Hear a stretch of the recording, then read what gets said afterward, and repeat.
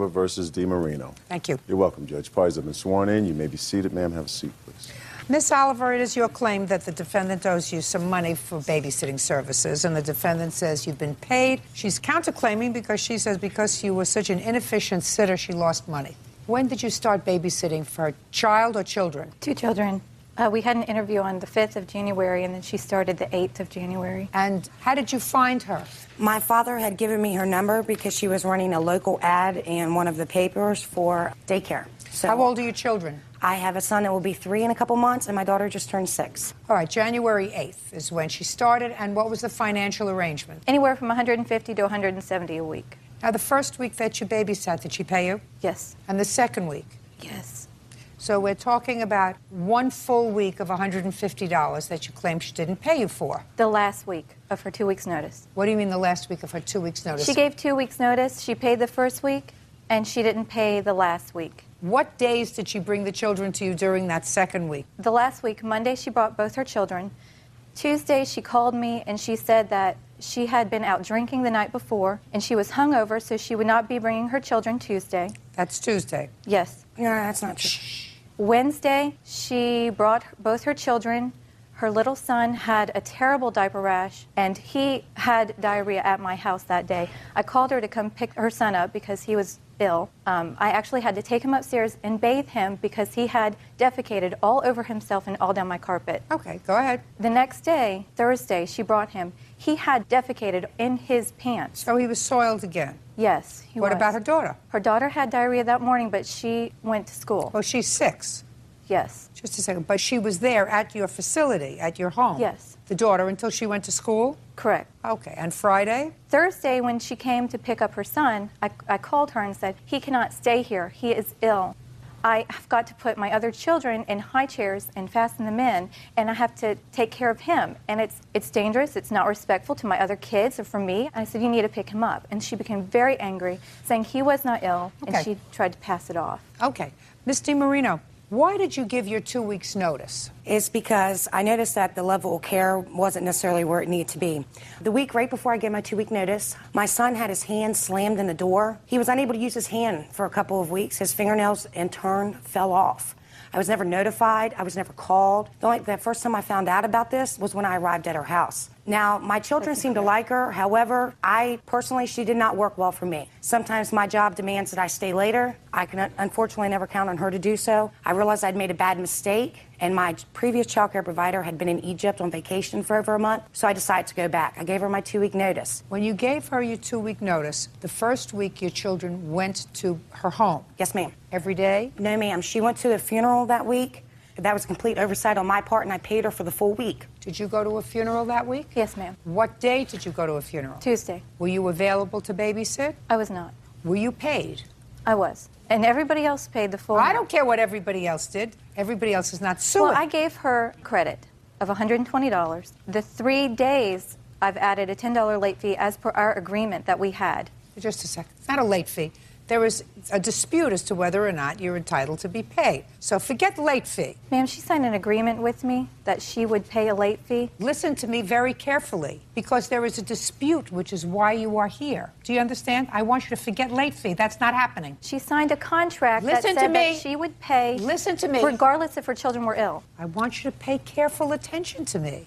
Anywhere in your contract does it say if you are unavailable to babysit, you get paid anyway? No, ma'am. So that some things are not covered by a contract. Is that right? Right, but others When are. there is a dispute as to whether or not you are entitled to payment, that falls outside the contract, just as the fact that you had a funeral to attend and you couldn't get anybody else to cover for you because your job is very personal in nature. Correct. So when you can't babysit for people whose jobs depend upon you doing your job, very often they lose their wages from their job.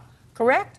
Do you understand? Yes. That's why sometimes contracts don't cover every eventuality. You are not entitled to be paid for the day you took off. I'm not asking for that. But you were paid. That's why I gave her credit the next week. But you were paid. Well, if you gave her credit the next week, let us assume that you're entitled to $150 for the week. That would mean that you are really only entitled to $120. Yes, ma'am. And you're suing her for $150. So now we're down to $120. Now, you explain to me why you don't feel as if your children went there Monday, Tuesday, Wednesday, Thursday. Yes, ma'am. They were not there Tuesday because I had some prior arrangements. That has nothing to do with her. Absolutely. That has no. You I had have every to pay her for that. I had every intention upon paying her. Had my son came back being said that he was sick, which is what I told Miss Oliver on Thursday when she called me and said, you are aware you do owe me $120, and if you do not pay me by Friday at midnight, I will start adding $10 late fee. I said, that's fine, you're entitled to do whatever you need to do. However, my son will be at the doctor's at 4:30 today. If he is given a clean bill of health, I will not pay you a dime. If it is said that he was sick, I will pay you. My son was taken to the doctor.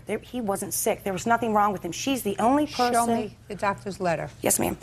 My doctor is semi-retired, so all I could get was their notes. He won't be back until Thursday. State of Virginia will not release the records to you. Well, then that's not particularly helpful. I know it's not. It's the best I could do because Dr. only comes in a couple times a month. However, I have a statement from my sitter. I don't need a statement. I don't read statements She's from giving you. birth I in 2 don't weeks. read statements from your sitter. She can't. I don't Okay. read statements from your sitter. Yes, ma'am. You know, sometimes when a child has an upset stomach, it doesn't necessarily mean that they're sick. Yes, ma'am. But sometimes it does. And sometimes, if a daycare provider believes that the other children in her care are at risk, Yes, ma'am. then the prudent thing for her to do is to say, listen, I don't want to risk the other children's health here. So, but there is no question that you owe her $120. Even for the fact that I paid a separate daycare provider for that whole entire week, and she kept my children for 3 hours. Listen, if for some reason you were unhappy, I was. you should have done what every reasonable parent does, which is not send your children at all. If you questioned her ability to care for your According to this, children. I would have been liable. What? According to her contract, I would have been liable. Are you kidding me or what? That's what it says, No, 'cause are I you initialed kidding me it. or what? That's what I mean, thought. you're telling me that you question her ability to did. care for your children, but according to the contract, you'd be liable to pay for them anyway, so... I that- would, Should unless listen- without 2 weeks. Yes, ma'am. Let me ask you this question. You take your children to an amusement park. Yes, ma'am. And you buy your ticket. Yes, ma'am. And after you buy your ticket, somebody in the amusement park says to you, you know, I heard that yesterday 4 children were killed on that ride that you're going on. Now, you got your ticket in your hand. What do? You don't go. You don't, just a second. You don't go. You take your ticket, you throw it in the garbage because you're a mother, and you say, I'm not taking any chances. I don't care if I lose the $1.50 or the $3 or the $6 on the ticket. I'm not risking my children on a ride that could be dangerous. So if you question the ability of a daycare provider to provide for your children, irrespective of whether you owe them the money, you don't take them. Which is why they didn't come back. Just as you don't take them. You don't say, I'm didn't liable want to to end up pay. here. Hey, I'm liable to pay the money, which is why I sent them. Now, that's what you just said to me. You said you sent them because you were liable to pay And anyway. there was no immediate danger, except for the fact that when she said there was something wrong with my son, nobody else observed this except for her. Oh, I don't believe that that's true. Miss nobody else DiMarino, observed it. Miss DiMarino, I don't believe that she sent your son home with you and called you when she felt as if the child had an upset stomach, had a bad stomach. Could have been a virus, could not have been a virus, whatever. My sense is that she sent him home as much because it was a pain in the neck for her as anything else, because she says she had other children to take care of, and she was devoting all of her time to take care of your son and cleaning her carpet, which was irritating to her. Well, that's unfortunate. That's what you have to do when you take care of little babies. That's what you get paid for. In any event, you owe her $120. It was a bad experience. You got to pay her. Stop being a crybaby. If you didn't take your children there at all, and you said to me the last week, look, I felt my children were at risk at her house, wow, and therefore I'm not taking them, and you didn't take them, I might have had a little sympathy for you. But you took them. I have zero. You owe her $120. That's all. Thank you. Your countersuit is dismissed. It's nonsense. Your countersuit for your lost wages when she couldn't take care of your child, it's nonsense. It wasn't for that. Yes, it was. No, ma'am, it was for the fact of, it wasn't for when she couldn't take care of my children. My countersuit was for when I had to miss a whole day of work because it was President's Day. She forgot to inform me she would not be taking care of my children. It was President's Day. I showed up with my children in tow, and I missed a whole entire day of work. Which day was that? It was President's Day. February 19th. February 9th. Is And that she in your was aware. contract? It is. I take off all Holidays. state holidays. Is it in the contract? Yes, it is. Show me. That's all. It just has to be in the contract. That I take off all state holidays, and if she did not know what state holidays were... Just show me. State holidays are observed, and I will generally not be providing care on those days. Correct. However, if needed, it can be arranged for an additional $40 a day. She did not ask me to... Just a second. Why? Because those are the days my husband has off, and that's when we spend family time together. I do not take a vacation during the year like a lot of other daycare providers do. Please ask for a list of state-observed holidays. Did you ask for that list? I didn't need. I knew. Did when it you was. ask for that list? No, ma'am. I Okay. have a calendar. So you know it was a state holiday. I did, and I thought I had arranged No, that she did day not. until I showed up and she answered the door in her pajamas 15 minutes later. Just a second. What do you mean you thought you had arranged for her to take Because care? I said I needed to work. I was aware that it was President's Day, so was she. I said I have to work on Monday. She answered the door in her pajamas and said, well, I'm not keeping any of my other children today, so I will not be keeping yours either. Yeah, no, you don't got it. When did you arrange to have her babysit that day on the state holiday? The prior week. The prior week. Yes, did ma'am. She did not. No, she made that up. Just No. she was going. That's No. all. You counterclaims dismissed. That's nonsense. Parties are excused. You may step out. Not. Called me repeatedly. She harassed me at work I had a lot of problems with her, actually. and said that I had to pay her. Called Child Protective Services on her a few times. Well, she got lucky. She got it. I will be a lot more picky in choosing parents in the future. When you have a dog that's yours, it's with you 24/7. You don't do that. That's not fair to the dog. I don't care about you. You are irrelevant. Real cases, real people. Judge Judy. And now the next case. All parties in the matter of Garcia Blanks versus Carey. Step forward. Ronnie Garcia and Anthony Blanks are suing Anthony's cousin, Cassandra Carey, for a stolen car stereo and for the return of their pit bull, Coco. This is your cousin, is that right? Yes. And your name is? Anthony Blanks, This is your wife, my girlfriend. girlfriend, and you live together. Yes. And your cousin was living with you. Yes. Does your claim that she borrowed your car with your permission, and while she had your car, the stereo and amps and whatever was stolen out of the car, you believe she should be responsible for that? Yes. And also, when she left, without notice to you, she left and she took one of your dogs. Yes. Ms. Carey says that she took the car to school and the car was broken into and the stereo taken. It's really not her fault. It was a criminal matter. And that the dog was hers. Let's deal with the easy stuff first. Let's deal with the dog first. When was this dog purchased? June of '06. Who went to purchase the dog? All three of us. How many dogs were purchased? 2. How many had you intended to purchase? 1. Why did you purchase 2? I couldn't decide which one I wanted. Why do you think that Miss Carey would believe that the one that she took with her was her dog? I have no idea. Well, why don't you tell me? June being right before my 21st birthday of '06, I fell in love with the dog the moment I saw her when we arrived at the home. And I wanted the dog. It was stated there at the woman's house that it would be an early birthday present, and I was to help with the other dog that we purchased, along with the dogs that were already at the house prior to the purchase. Mr. Blanks, was your niece living with you? No, she was there off and on the weekend. Actually, for the day of her birthday, she was in Vegas or Reno. I don't remember. I can't recall which one. You mean after August? Yeah, she was back with her mother Where was the dog? at my home, at mine and my girlfriend's home. Okay. Were you living with your mother? I was back and forth between the two, yes, And when you went to your mother, where was the dog? at their house. When did you take the dog? On March 27th. You returned the dog within 5 days. Do you understand? I'm not giving that dog Oh, back. yes, you are.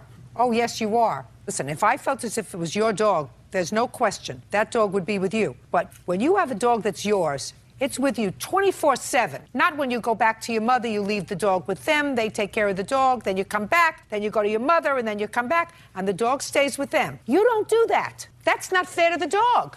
I don't care about you. You are irrelevant. Now, the dog has a companion, and this was the dog's home. And just because you may have been moving and said, well, now I'm going to take my dog, the dog was living in a perfectly comfortable place for a year. You can't uproot an animal like that. Go buy yourself a new dog. When I tried to take the dog, when I moved out initially the first time, I wasn't allowed to. And Then I was- sue them. Then what you do is go to court. You were over 21. Take them to court and say, you have my dog, I want to take my dog. But instead, you came back and forth and lived with them, and then you didn't live with them. You also borrowed their car, right? So you weren't angry with them. You have to return the dog to them. It's their dog. Go buy yourself another one. Do you get it? Yes, ma'am. I mean, I'm cutting an order, so they will come with a marshal to take the dog. Do you understand? Mm-hmm. Good. You know where she lives? No. Oh, I'll find out. Where do you live? I'm between residents right now. Where's the dog? Don't look over there. Where is the dog? She's at my boyfriend's house. Where is your boyfriend? He's here. Here. Here. Well, who's taking care of the dog now? We paid someone to babysit her. At the house. Yes. Perfect. What's his address? Now! $3,700. I don't hear you. $3,700. That's where the dog is. We'll cut an order. Take a marshal and go pick her up. Thank you. Next. Tell me about when the car got broken into. What was the date? The car was broken into March 20th. The report was filed on March 21st. Can I see the report? There's two. There's a supplement and an original.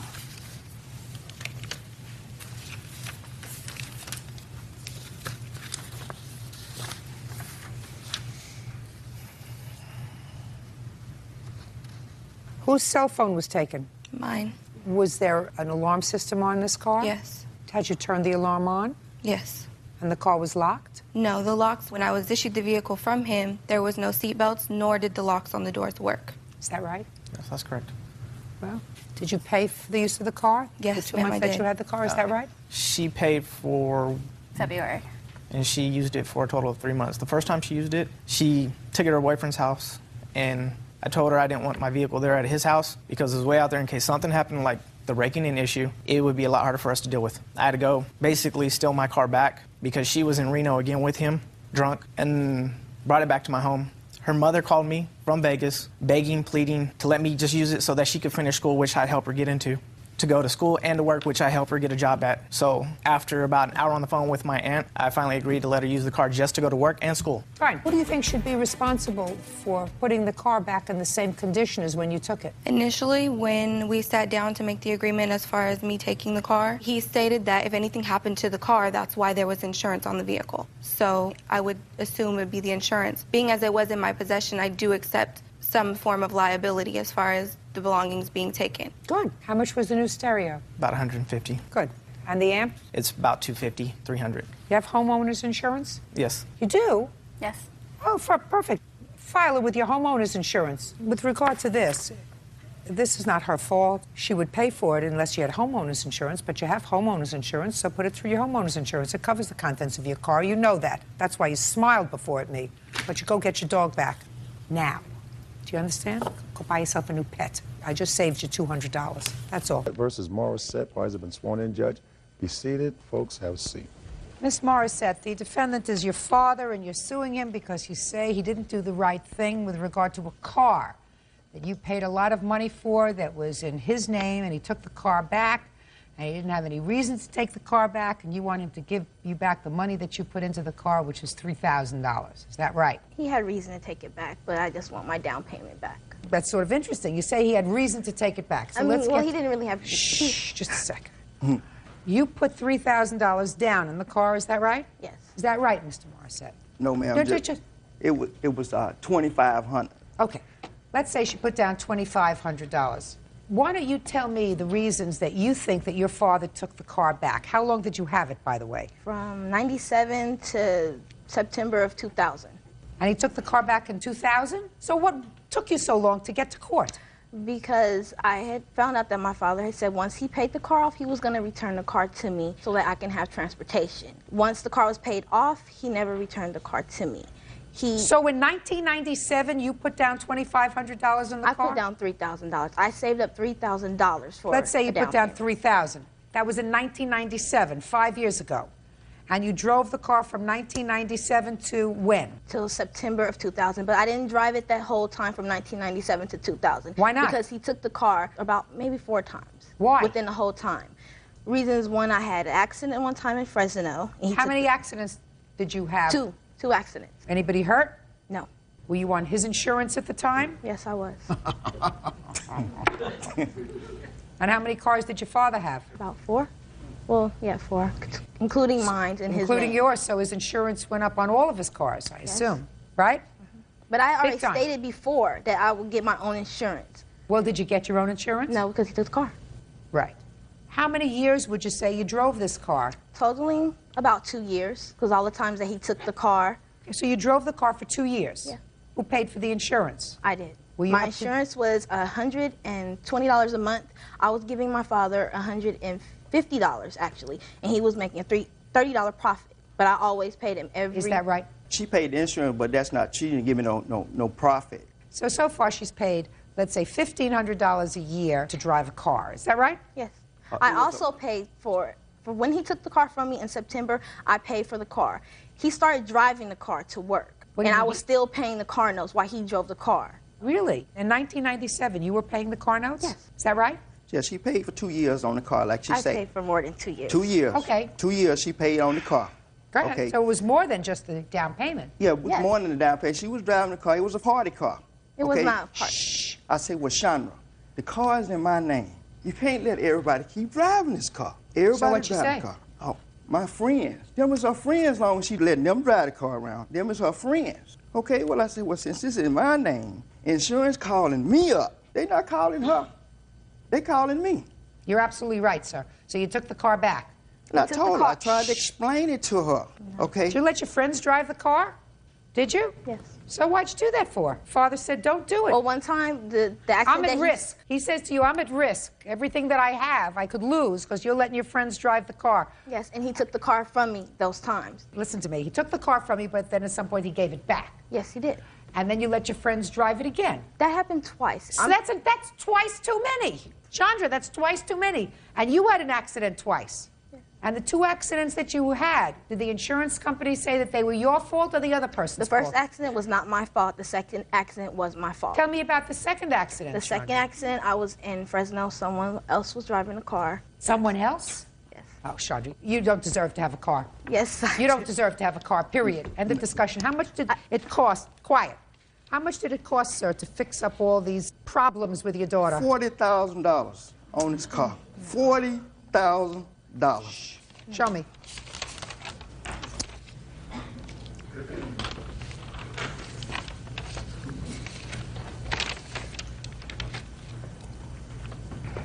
This was on the last accident she had? The last one, she didn't have an accident. Her friend was driving the car. I know. $19,000 was paid out on that one. Well, how much do you owe, sir? Nothing. I mean, I understand that this is what the insurance company He is. paid nothing. Shh. Oh, he paid. Oh, yeah. Believe me. I'm paying he paid. now. He's paying This- now, and he's going to pay for a very long time for Right. all the other cars that he'll ever own. He's going to pay for this. This is an accident in Fresno. She said she was driving, which is state that Jose was driving. Not Jose. Right here. It was not Jose. It was Joseph. Jose, Here they paid 19,000. $19,000. And this one is for $40,000 that they paid out? That's the total package on the 3 accidents that occurred on the car. And so when the insurance company said, "What you gonna do about Chandra?" I said, "I'm dropping her. I'm dropping He her." had to drop me. No, he said, when he called me, he said it's gonna cost about $4,000 a year for Chandra. You're right. You drop her. So Fast. I'm And you dropping take back her. her car. Say no more, Mr. Morissette. Listen to me. I'm going to make it as simple as I can for you, Chandra. I want you to listen to the reality of it. You drove the car for 2 years, if I believe you. But the car was really in your possession off and on for 3 years, Yes, which it is what was. you told me. Your father took it back various times and gave it back to you when you promised you would be good and not do the wrong thing again. He gave it back to you. He gave you another chance, and then he took it back again. So for that period of time, when the car depreciates in value, I'm speaking, you had use of the car. Then they came to a point where your father is told either you drop her or we're dropping you or we're going to raise your rates on your other cars so high that you're going to be working 6 jobs in order to pay your insurance. So your father is left with only one choice, which is drop Chandra and take the car back permanently. At that point, he has to pay you zippity-doo-dah. Judge Judy continues in a moment. Did you go back on your word when you said I won't let anybody else drive the car anymore? Did you go back on your word? Did you go back on your word? And later today, How did you pull your daughter out? I grabbed her by the arm and pulled her on out of there, and she started screaming. I was worried about her because she was out of the car, and he started coming toward her and hit her with the truck. real cases, real people. Judge Judy. Chandra Morissette says her father, Freddie Morissette, illegally repossessed her car. Freddie says Chandra was allowing her friends to drive it. Miss Morissette, your irresponsibility placed him in a position of risk. The car had already depreciated in value the moment that you drive it out of the lot. Probably at least the amount of your down payment. And if you had done the right thing and had been responsible, your father would not have been in a position of having to take the car back from you. It's as simple as that. It's your fault. I know it was and my it's your fault that he he took is the car going to from me. continue. But my father had made an agreement that he would pay the car off. Once he paid the car off, he was going to give the car back to me in my name, and I was supposed to pay him. Then he went back on that. So, did you? No, I didn't, because I was paying him the whole time I was there. Listen to me. Did you go back on your word when you said to your father, I won't let anybody else drive the car anymore? Did you go back on your word? Did you go back on your word? Did it cause him a lot of trouble? Yes. Cost him money? Forever?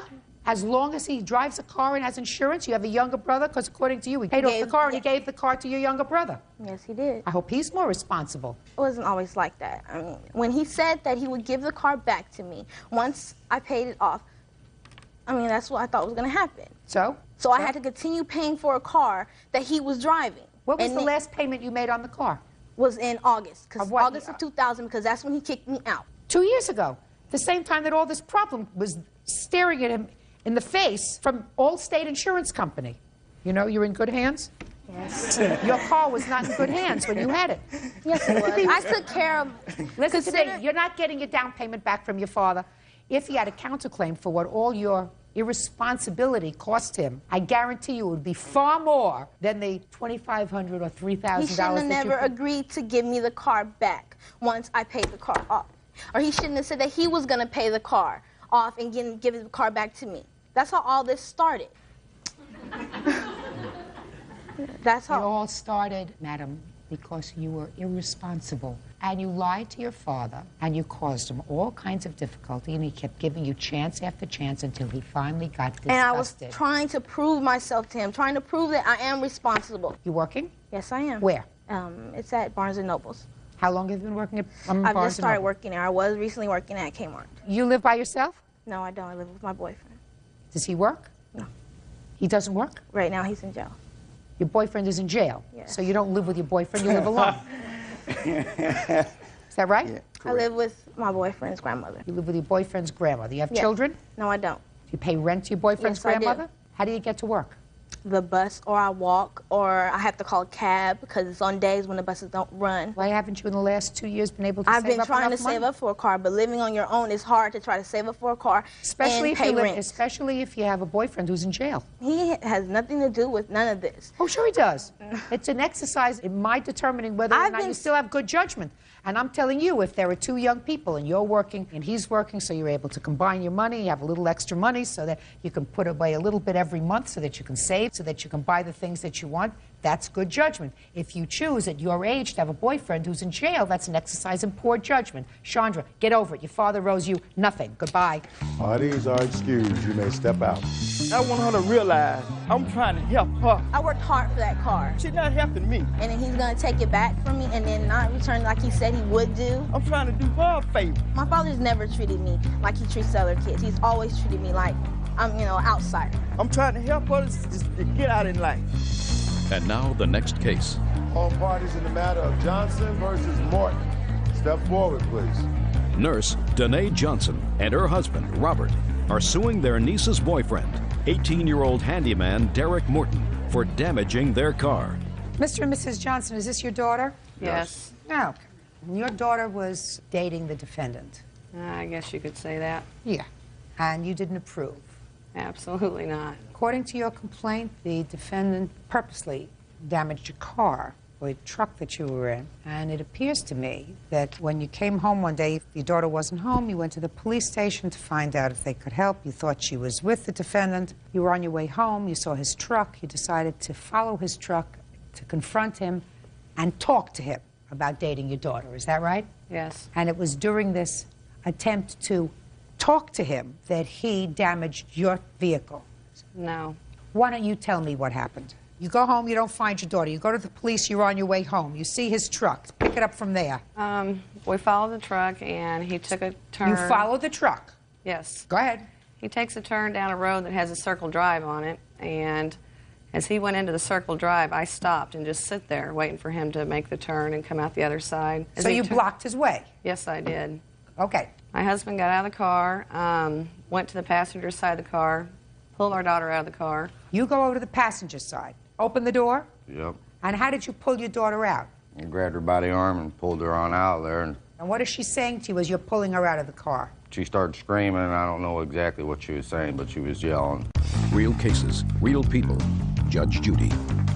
Danae and Robert Johnson claim they spotted their 14-year-old daughter driving with 18-year-old Derek Morton. The Johnsons say when they pulled them over, Derek damaged their car. Okay, you get her out of his truck. Right. And what do you do with her when you get her out of his truck? Well, she's standing beside me. I kind of leaned in my head in there to tell him to not be messing with my daughter, and that's when he started to take off. And he kind of hit me with his truck on the leg, and then I was worried about her because she was out of the car, and he started coming toward her and hit her with the truck. Hit her body or hit her car? Hit her body. Our daughter was jumping on his back and telling Derek, go, take off, take off. I got out of the car to go get my daughter, was what I was doing. And to pull she started your daughter screaming. off your husband's back? Yes. Okay, go ahead. And she was yelling, take off, Derek, take off. And as I rounded the back of the car, he just floored it and was taken off. And I threw myself out of the way. He caught my arm with his truck, kind of spun me around a little bit. He went on down the road, and I was furious, to say the least. We all got in the car, and we're headed to the police station. And we get down the gravel road a little ways, and Derek's just kind of toying around, going 3, 4, or 5 miles an hour, you know. Not really fast enough that you could follow him, so I stopped and looked down to grab an ink pen to have my husband write down his license plate number so there could be no question who it was. And as I was looking down, Bob and Jennifer yelled, watch out, Mom. And before I could look up, he had already thrown his truck in reverse, reversed into me, and then takes off again. That's what happened. So I was absolutely right. You went to talk to him and get your daughter out of his company, and it was during that time that you alleged that he both assaulted you with his truck and assaulted you with his truck and caused damage to your vehicle, right? Right. That's what I said when we started. So I only have a couple of questions for you, Derek. How old are you? 18. How old is she? 15. 14. 14. You get the drift that her parents aren't crazy about you. Yeah, but I want to tell my side of the story too. So. I'm ready. All right. They said it's a bunch of bullshit. Now listen to me. Listen to me. Derek, do you know the difference between rain and shine? Yes. Listen to me. Look at me. I don't want you to follow it through. You know the difference between rain and shine? Yes? Yes. Do you know the difference between black and white? Yes. Do you know the difference between a playground and a courthouse? Mm-hmm. Speak. Yes. In a playground, you can use whatever language you like. In a courthouse, watch your mouth, or then I don't listen to you. Do we understand each other, Derek? Mm.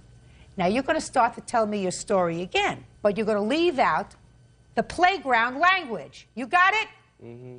Speak. Yes. Good. Now I'll hear you. All right. I was driving down the road, right? And then she was on my bumper. Correct. That's exactly what she was doing. They did exactly the wrong thing. Whatever they did was wrong, mother and father. Did you let me finish my story? Did you just hear what I said? I said whatever they did was wrong. Well, be quiet while I'm talking. All right, this you. Oh, get him out of here. Listen, Mr. and Mrs. Johnson, sometimes God did not shine on you right. God did not shine on him and give him brains. It gave him the brain cells of an amoeba. You know, we all had to start from someplace. So I understand if you don't want your daughter to have anything to do with him. However, you went about it the wrong way. Do you understand? Yes. You went around it the wrong way. Your initial reaction was right. You went to the police station and you said, my underage daughter is with this 18-year-old cretin, and I want him out of her company. But you cut him off. You touched his car, sir. When you grabbed open the door to his car, you put your hands on his property in a threatening manner. You created a situation where your own daughter is jumping on your back. Is that ridiculous? Well, I wasn't going to do nothing. The cops told me if I assaulted him, I'd be going to jail, so. Listen to me, sir. You were creating a situation that potentially was inflammatory because he doesn't have any brains. He reacts. He reacts like an animal. Do you understand? Yes, ma'am. And you probably knew that. I assume that you knew that. Maybe she doesn't know that. But you were smart enough to know that. You don't confront an animal. You let professionals, exterminators, confront animals. That's what the police are there for. You don't do it yourself, because when you do it yourself, you get your truck banged up. And that's what happens, and you got to pay for it. Honest, and parties have been sworn in, Judge. You may be seated. Young ladies, have seats, please. No, I think, Bird, we're going to have the two young ladies up and the mothers sitting down, because the mothers really weren't involved in this. So I really have to speak to the girls. So why don't you two sit down? Tell me your first name. Kayla. And your first name? Chelsea. All right, let me just briefly summarize what this case is about. You two young ladies used to be good friends, is that right? Yes. And Kayla, you say that you lent a CD to Chelsea. She returned the CD scratched. And when your mother tried to get her mother to pay for the CD, there was all kinds of bad talking back and forth. And then you say Chelsea hit you, beat you up, broke your glasses, and your mother is suing Chelsea's mother to pay for the CD, pay for the glasses, and for a little bit of pain and suffering because you were really frightened. And Chelsea says that she was just defending herself, that she didn't start up with you, you really started up with her. That's what I gather from the papers, although girls didn't write out this complaint and answer. They were written by your mothers, who really weren't there, who were only getting the stories from you. So since I am the truth machine, I will decide, and I will ask the questions, because you know I will ask much more piercing questions than your parents asked you. Feet together. All right, Kayla. When did you lend the CD to Chelsea? September something, at the beginning of September. Sometime in September. And when it was returned to you, it was damaged so that you couldn't listen to it? Yes. So what did you do? My mom asked me if I wanted to call Chelsea, and I had said yes. I called her, and Chelsea answered. She started getting in an argument because I had asked her if she would either replace it or pay me back so I could buy a new one. Okay. You remember that conversation, Chelsea? Yes. Well, tell me about it. She said, will you replace the CD because it was scratched in the And you said what? I said no, because I didn't scratch it. Well, who scratched it? Hey, my friend. Your friend who? Haley. Where was the CD when it was scratched? In your house? No. Where was it? Haley's house. So then you lent the CD to Haley? Yes. With Kaylee's permission. Just Yes. a second. Tell me about how you came to lend the CD to Haley. I went over to Haley's house, and she liked the CD. She said, can I borrow it? And I said, I have to ask Kaylee. And then when Kaylee was there, she said yes, and then I landed it over to Haley. Did she ever ask you if she could lend the CD to Haley? No, ma'am. No, she didn't. I don't believe that story that you just told me. See, that's number one. You only get a chance to lie once to me. Do you understand? Yes. Good. So, you had the CD, it was in your custody, it was damaged because either you damaged it or you lent it to somebody else, they damaged it, it's your responsibility, you take care of it, you buy her a new CD. Now let me hear about the assault and the glasses. Well, we were at our volleyball game, and Chelsea started by hitting and kicking the volleyballs out of my hand, and she would call me the B word, and I'd go to my bus stop, and I'd go to get on the bus, and Chelsea would have all her friends come up to say that Chelsea was going to punk me, and I didn't know what punk meant. Okay, just a second. So she's been bothering you. I want you to tell me what happened the day your glasses got broken. Okay. We got off the bus. Chelsea started walking. You were on the bus together? Yes, we got off the bus. Chelsea's bus stop is still a block ahead of mine. We got off the bus, and Chelsea started following me. I got to the end of the crosswalk, and Chelsea pushed me down to the ground. I got up. I started running to my friend Lynn's house on the corner. She wasn't home, so I went to go get out of the doorway, and Chelsea punched me in my stomach. I fall to the floor, and I got up. That's when I start running, and Chelsea punched me again because I turned around to the side, and she punched me in my side. That's when I was to the end of the driveway, and gravel came up and hit me in my face, and I had scratches all over my lenses, and my lens was all bent. All right, now, Chelsea, I want you to tell me your version of those events. You were on the bus together.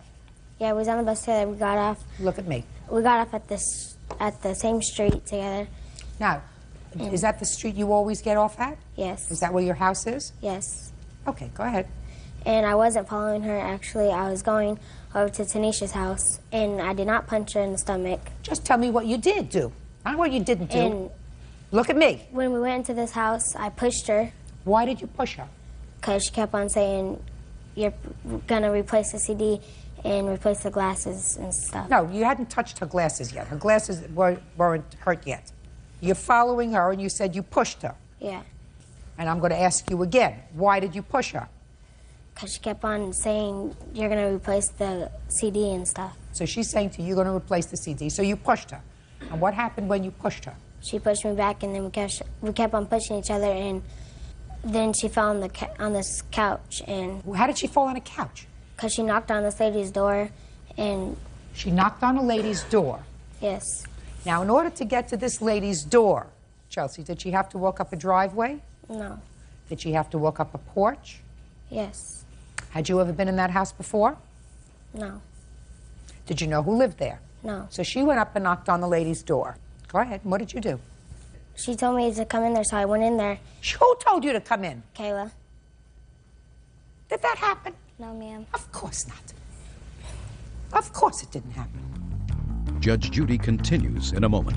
Unless you take control of this not fully cooked 12-year-old, you are going to suffer, but so is she. And when you say to me, I believe my daughter, I say, you are hopeless. And later today, your answer is so ludicrous that I wondered whether you told your parents you were coming today, whether they tried to discourage you.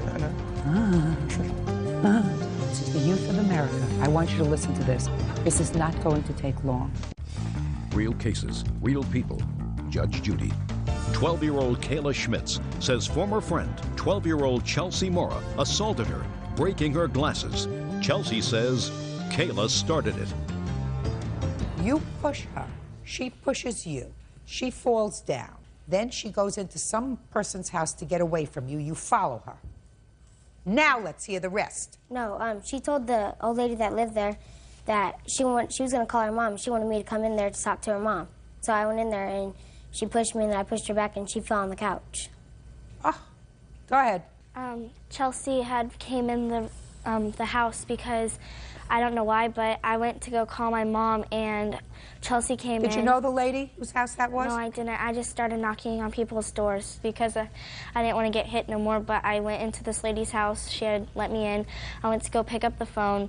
She had Chelsea and April coming in her front door. They were coming in. You mean she was with somebody else? Yes, April. Miss Jackson, that was the lady's name. Miss Jackson had April and Chelsea come in.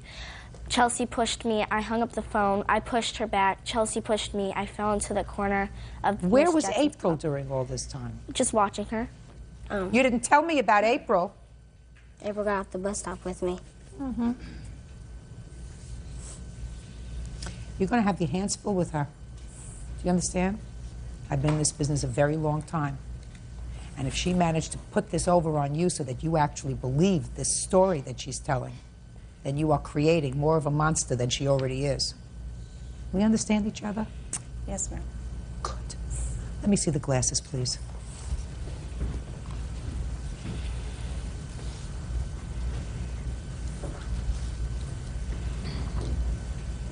How much was the CD? About $20. Mm-hmm.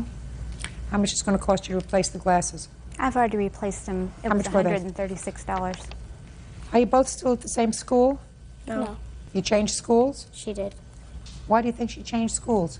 Because she moved. Did it have anything to do with her? Yes. No. Did it? Yes, ma'am. Now you can step up. You too.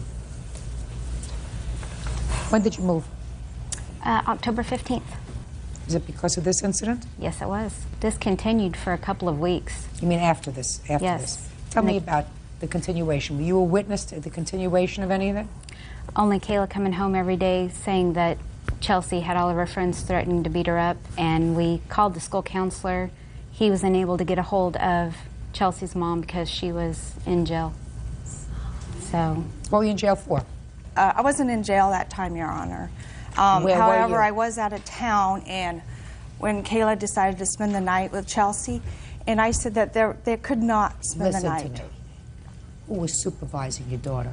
My other daughter. How old is she? 19. Your Honor. And I never let my children spend the night if their parents not going to be there. Listen to me very carefully. Your daughter is heading down the wrong path. I believe my daughter, Your Honor. She's a liar. I believe my daughter, Your Honor. She's a liar. She's a bully. A liar and a bully. And if she is being unsupervised at your home, I'm telling you, you're going to visit her one day in jail. I'm telling you that. And I've had a lot more experiences with kids like that than you have. Because I sat in a court where I saw brats like that 200 times a month. 200 times a month. She's pulling the wool over your eyes, madam. She's a bully. Real cases, real people. Judge Judy.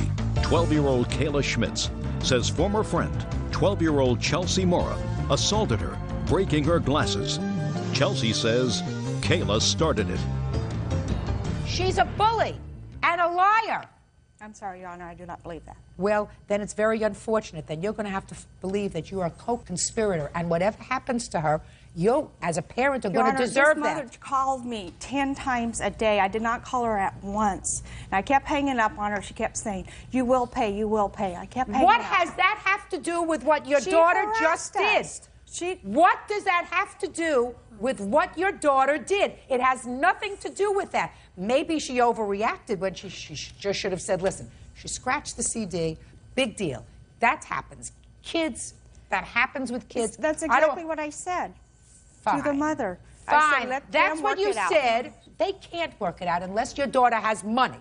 She's calling you as a parent and saying, I want you as a mother to do the responsible thing. She had my daughter's CD. She returned it so that it's not usable, and we would like her to replace it. And you said, let the girls work it out. Exactly. Wrong.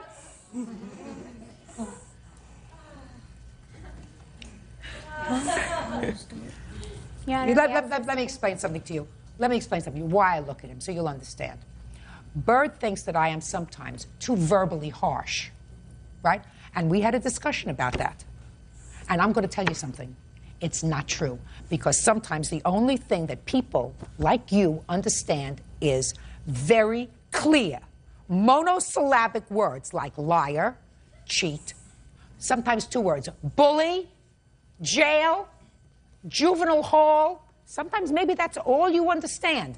But certainly your daughter caused, because of your lack of supervision of what she was doing, a whole family to uproot themselves, to change schools.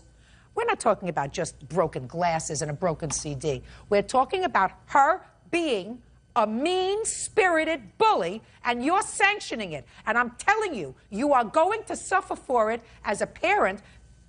But more than that, you're fully cooked. You go to jail, you're out of town, a 19-year-old is supervising a 12-year-old, you think that that's okay, but she's not fully cooked yet. And unless you take control of this not fully cooked 12-year-old, you are going to suffer, but so is she. And when you say to me, I believe my daughter, I say, you are hopeless. Judgment for the plaintiff in the amount requested, $1,000, and that includes your moving costs. Goodbye. Parties are excused. You may step out. They asked me if I wanted to file assault charges, and I said no, I just wanted to keep her safe. Other mother knew that my 19-year-old was watching the girls, so if she chose that it was unsupervised, she knew what was going on. The whole family's going to end up in jail. Chelsea's a very good child. Pick your friends wisely. And now the next case. All parties in the matter of Adams versus Harbert. Step forward, please. 17-year-old Brian Adams and his mother, Louise Adams, are suing 20-year-old clothing company owner Joe Harbert for damages to Brian's personal property after Joe threw him in a pool. Mr. Harbert, who do you live with, sir? I live with my parents right now. How old are you? 20 years old. Was it your intention to come into this courtroom, which, as you know, is a televised courtroom, and to tell the world out there that you're not wrapped too tight? No. Why would I do that? I wouldn't. I mean, I read the complaint and I read your answer. And your answer is so ludicrous that I wonder whether you told your parents you were coming today, whether they tried to discourage you. Kinda. This is the youth of America. I want you to listen to this. This is not going to take long. Young Mr. Adams over here, who is a minor, went to a pool party. I want you to listen to this carefully. Your Honor. Quiet! He went to a pool party, and he was standing around the pool. Somebody else had thrown, uncross your arms, had thrown Mr. Harbert into the pool. He got out of the pool, looked around, and he threw Mr. Adams into the pool. Now, Mr. Adams had his cell phone and the lock for his car and his shoes, and he's all dressed, and all those things were ruined. So he wants Mr. Harbert to pay for the things that got ruined. And I want to tell you what Mr. Harbert's defense is. He said when you go to a pool party, you get wet. It's a cake party. That's what he said. That's what he said. He said, and I know that he took time to write this in between his master's program. He said, when I climbed out, I pushed the two people who I thought pushed me in. One of them was Mr. Adams. Everyone was around the pool and they were getting wet. Most people ended up in the water. It was clear that if you were near the pool, you were going to get wet. If I hadn't pushed him in, someone else would have. It was a party. So I wanted to see what kind of an idiot would write that in an answer. Now I saw it. Can I have the receipts, please, of the damaged property? Isn't it that same type of logic that if you're standing in a garage, that makes you a mechanic? Or if you're standing in a garage, you're going to get hit by a car. There you go. How about that?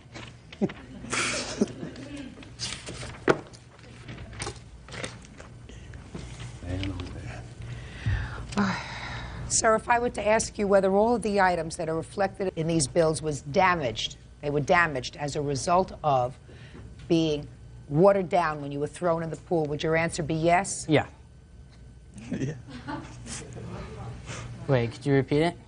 I said if I were to ask you whether these receipts that your mother has furnished me were the items that were damaged when you were thrown in the pool, would your answer be yes? Yes. That's better.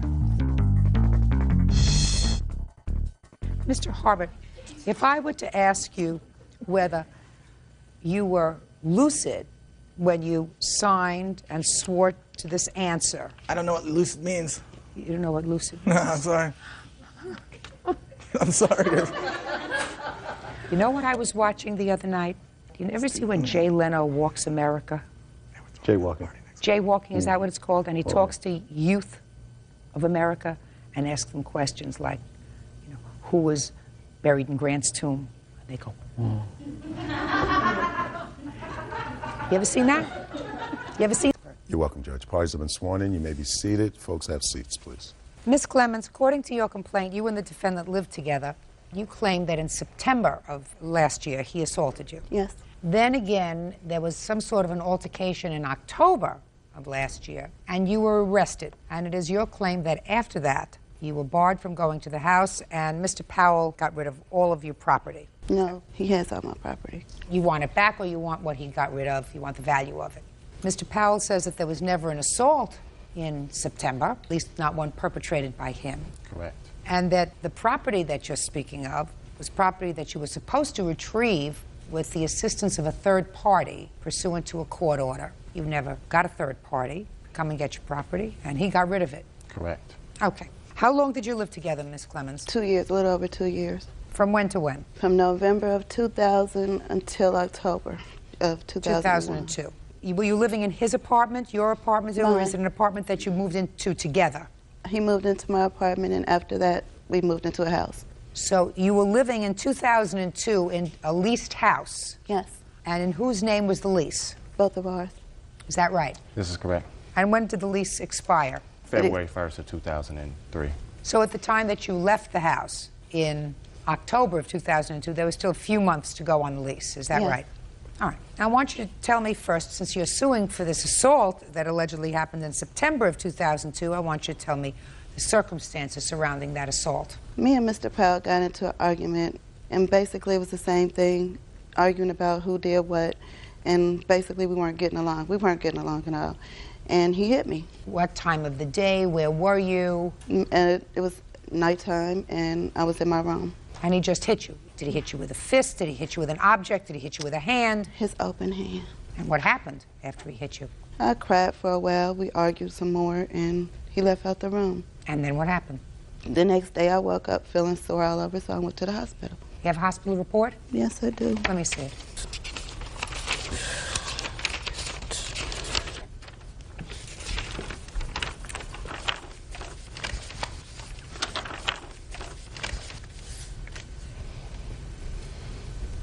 Where were you hit? Here, there, and on my other arm. You said he slapped you with an open fist. He slapped me and he hit me a couple times. Well, you didn't tell me that. I'm sorry, I wasn't clear, but he slapped me and hit me a couple times. Did you go to the police? No, I did not. I refused After you went to the hospital, where did you go? I went back home. Did you tell them at the hospital that you have a safe place to go? Not exactly, no, because... Well, that's what they say that you told them. Yes, that you had a safe place to go, and the safe place to go is you went home. Yes, because he was at work. It was safe at home. He was gone. Well, did you pack up your things and leave? No, I did not. Why not? Because I was in love with Mr. Powell. We had arguments before. So then if you were in love with Mr. Powell and you decided to stay, and I'm not interested in your suing him now because he slapped you in September when you went home and you decided to stay. Do you have children together? No, we do not. So the only thing that you have together is a lease? Yes. Do you work? Yes. Were you working at the time? Yes. So then you're not financially dependent upon him for any reason? Oh, no, he was financially dependent on me. So that there was no reason why you couldn't just pick up and leave? I understand that, ma'am. Who are these people here with you today? My best friend, M.J. Andrews, and my ex-husband who took me to the hospital, and they're here with me to support me. So you could have gone to either one of their houses, is that right, if you felt that you were in danger? I don't feel like I was in that much danger because... So then why are you suing him now? I don't... The suing him for the violence is not important. What's important today is my things that were left in the house, and I did try to obtain... Just 1 second. I'm not there yet. So what you're telling me is you just threw in this September incident for good measure. They asked me what happened, and I told them. Well, you could tell them, but you had no inkling to sue him for this. Fine. That's good, because from me you wouldn't get anything. I'm not even sure that it happened. Now I'd like you to tell me what happened in October. I'm going to you because according to you there was an assault in October. Correct. And she was arrested. Correct. Let me hear what happened. Okay, basically what happened was, as she may have mentioned, that we were not getting along at this point in our relationship because of the different mood swings that she would have, as well as the what I would characterize as obsessive, possessive type of behavior towards me in our relationship. Yes. How long did you know Miss Clemens? I knew her for 2 years. When you knew her, was she taking medication? I wasn't aware of her taking medication until maybe 6 months in our relationship. Either an antidepressant. Is that what you take, antidepressants? Yes. I'm no longer on them. I no longer take them. But you were taking them for quite a while. Yes, and Mr. Powell knew because... That's all. You were taking them for quite a while. But Mr. Powell was aware of the time that I got the prescription, and he knew how long I was taking them and why. Between 1995 and 2000, had you been taking antidepressants or any other psychiatric medication? I only started taking Zoloft, which is an antidepressant, in 2001. Okay. Prior to that, no, nothing. In October, sir, yes. You want to tell me what happened? As she said, she was prescribed, I said she was prescribed medication, but she wasn't taking it, or if she was taking this medication, she was taking it with the addition of alcohol at the same time, which basically caused the violent mood swings.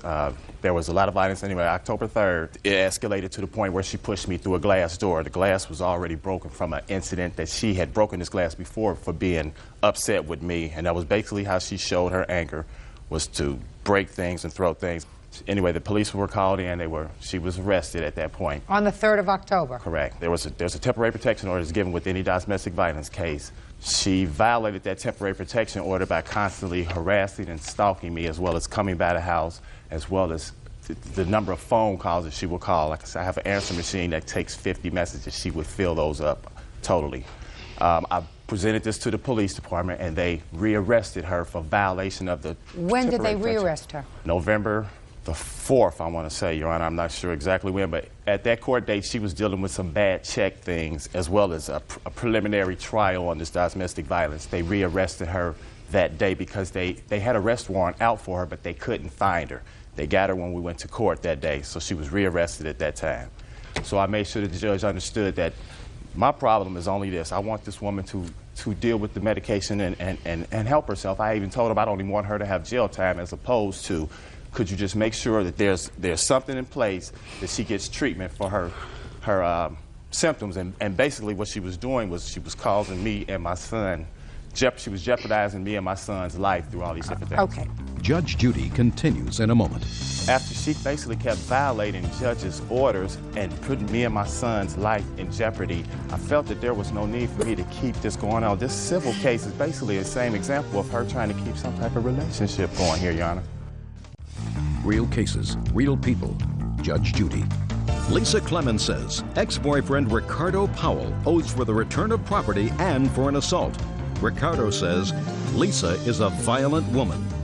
Ms. Clemens, in November, did you plead guilty to any of these charges, and were you given a year's probation? I pled guilty to the violation of the protection order, and they dismissed the domestic violence. The underlying. The only reason I placed those phone calls to Mr. Powell in violation of the protection order was because I had no longer had any of my things. Mr. Powell denied a third party on two other occasions. Wait just one second. I'm not there yet. I asked you if you pled guilty. The answer is yes. You had an attorney, is that right? Yes, and I spent a night in jail. Okay. Now, as part of the order, the judge told you that you could send a third party for your property. Yes, but Mr. Powell... Just a second. What was the name of the third party that you designated to get your property? My Aunt Donna. Mr. Powell denied. Just a second. What was wrong with these two people here to get your property? My aunt was available with me in court, and therefore the people, when I left the courthouse that day, we designated her because the court officers were there. Who designated her? My lawyer and I, because she was there. She was available. She was in court. Was that part of the order? No, it's not. The person is designated on the court papers. I went back to court, Your Honor. I'm not there yet, Ms. Clement. I'm trying to go in order. When, for the first time, were you contacted by Ms. to get her property? There was never any contact business. There was only contact by Lisa a week after the trial. Just a second. Yes. A week after the trial. The trial. Correct. Did you, Ms. Clements, go to the defendant's house? No, ma'am, I did not. Did your aunt go to the defendant's house? No, she did not. I have a witness here today that he claims was with me. I have not even driven down the street. Just a second. Is there any reason why you brought these two witnesses here today instead of your aunt? Because my aunt is working and she could not get off of work. Don't these people work? Yes, but... Listen to me, Ms. Clements. The defense that Mr. Powell has in this case is that you were instructed by the court to have a third party retrieve your property. His defense is you never had a third party contact him in order to get that property. You say that you did, and that third party was your aunt.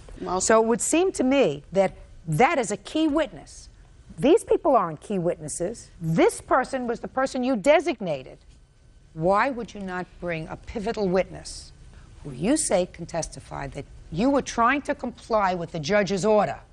My aunt was not, to me, a pivotal key witness in this instance. Well, to me she is. I understand that, Your Honor. Now, I'd like to see a list of the property that you say you left behind at Mr. Powell's.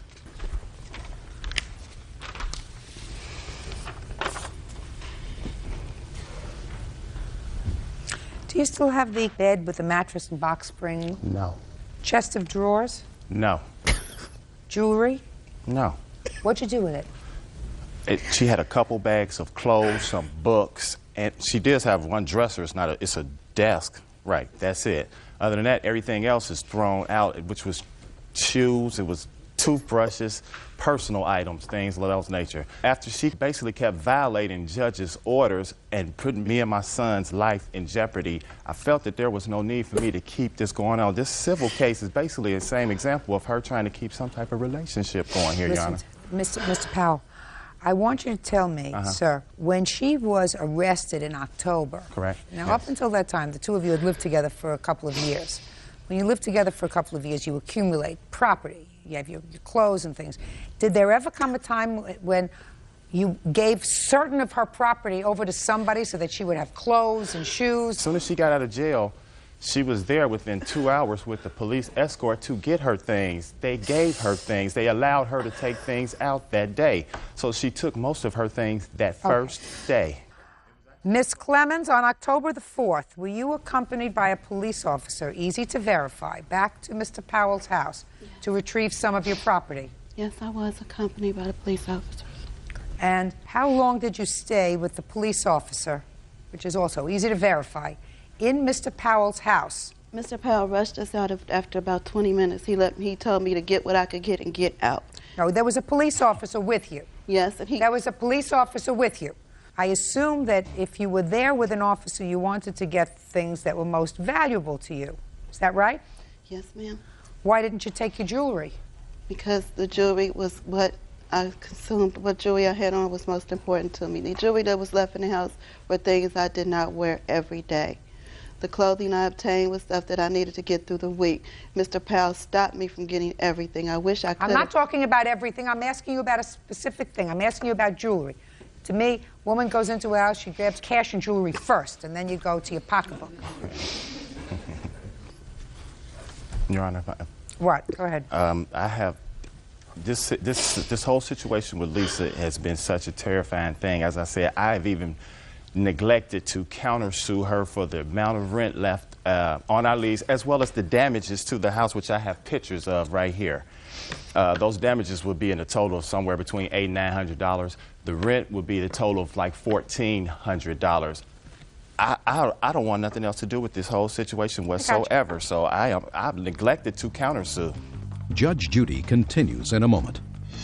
When did you go to get her things? No, I never got a chance to because the officer called me back and said he changed his mind. No, I don't believe. Let's not get involved with things that you really don't know anything about. Real cases, real people. Judge Judy. Lisa Clemens says ex-boyfriend Ricardo Powell won't return her property. She also claims Ricardo assaulted her.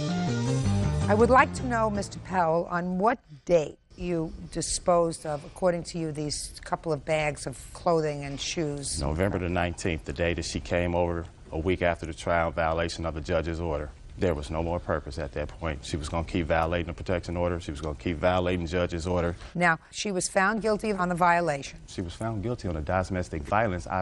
She had it mixed up, Your Honor. That's the only thing I'm clarifying. She was found guilty of the domestic violence. I plea bargained her to dismiss the violation of the temporary protection order. So she wouldn't go to jail? Correct. That she would get this counseling. Right. So she wouldn't go to jail because Correct. If you're found guilty on the violation, what? Correct. Yes, you want to say something? Yes. Well, step up for a second. Tell me what you want to say. Your last name is? My last name is Twyman. Go ahead. I went with the police to their house to get her clothes and things. Is that the day she was released? This was the second time, I believe. And he would not let her get anything. And the police called both their lawyers. And I believe both lawyers agreed that she could get these things. And he told them at first she could come and get them.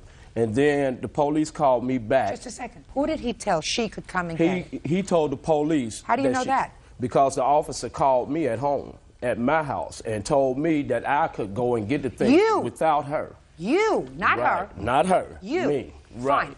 When did you go to get her things? Now, listen to me carefully. When did you go to get her things? I never got a chance to because the officer called me back and said he changed his mind. No. I don't believe. Oh, well, that I don't believe. He said you could go. Exactly. Was she going with you? No, she was not allowed to go. Good. She was there to... Now let me hear your version of these events. Okay, Your Honor.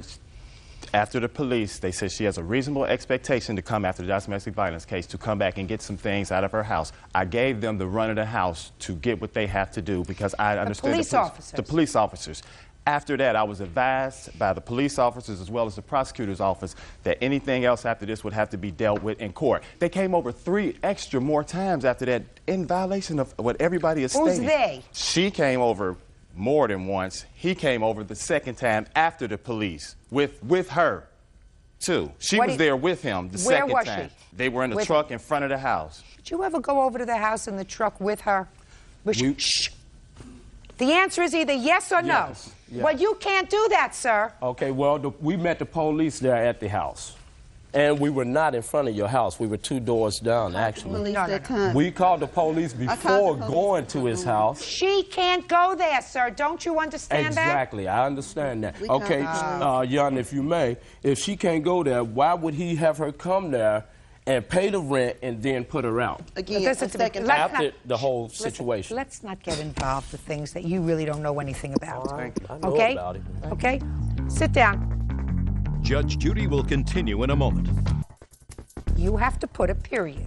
You have to say this did not work out. The relationship is over. I'm not going to have anything to do with him. I lost some. He may have lost some. I lost more. That's the way it usually goes. It's over.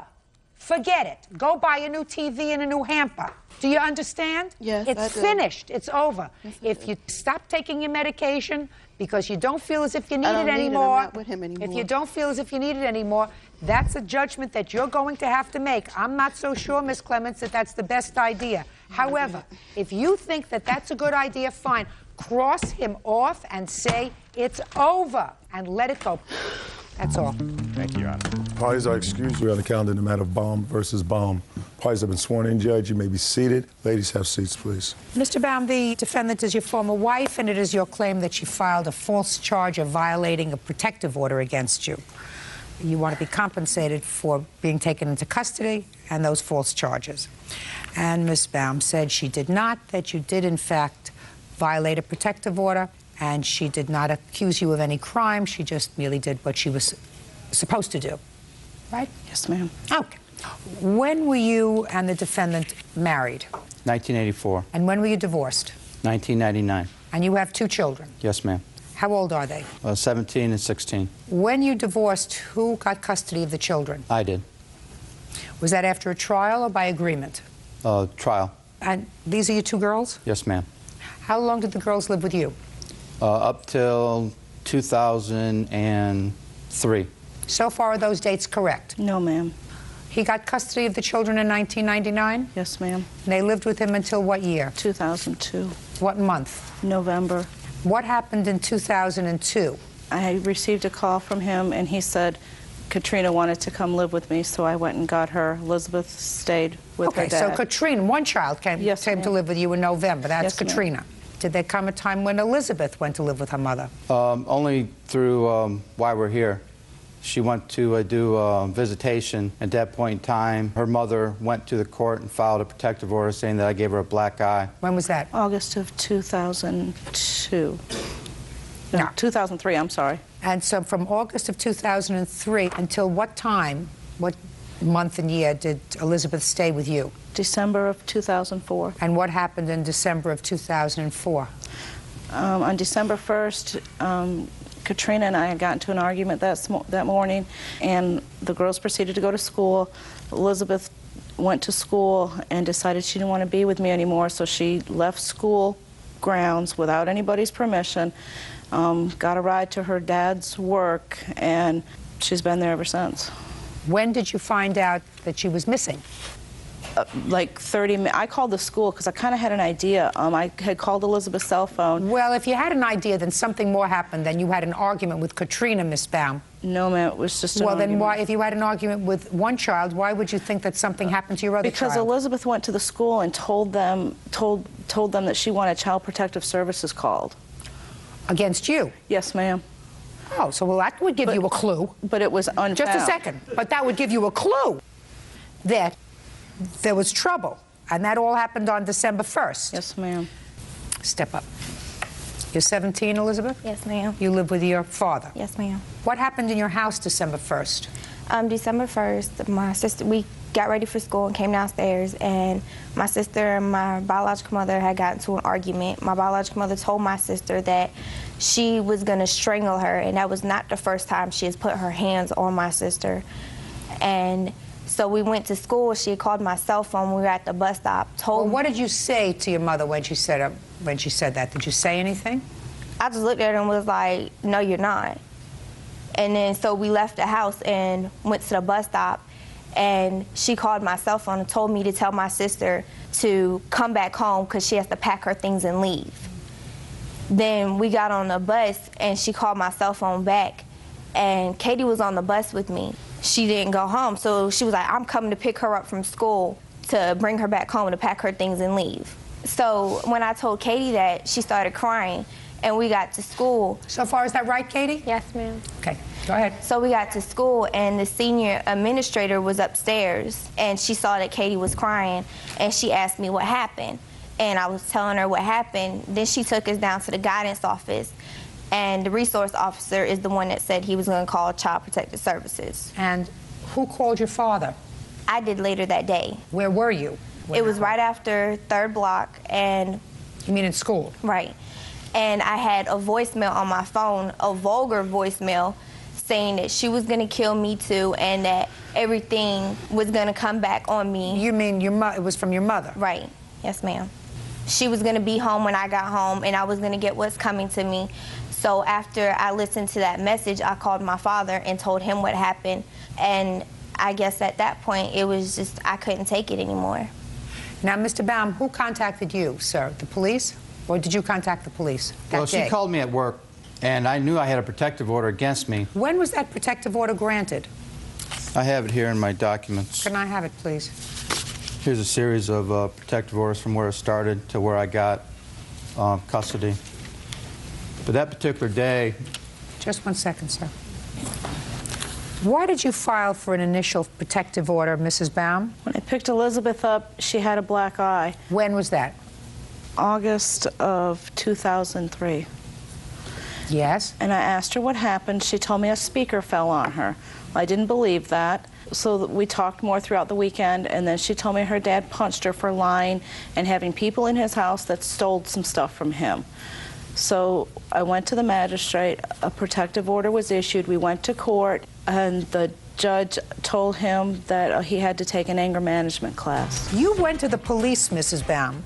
Is that right, on December the 1st or the 2nd? The 1st.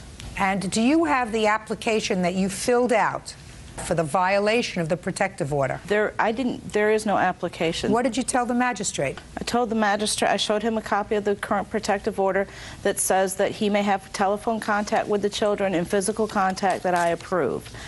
I told the magistrate that Elizabeth was at his house, that she does not have permission to be there. If she wants to live with her father, there's a right way and a wrong way to do it. Just a minute. What you told the judge, according to you, the magistrate. That's a judge. Oh, okay. Was that here's the protective order. My daughter is there, and she's not there with my permission. Correct. That's what you told him? Yes, ma'am. Period. Yes, ma'am. Based upon that, he issued an arrest warrant.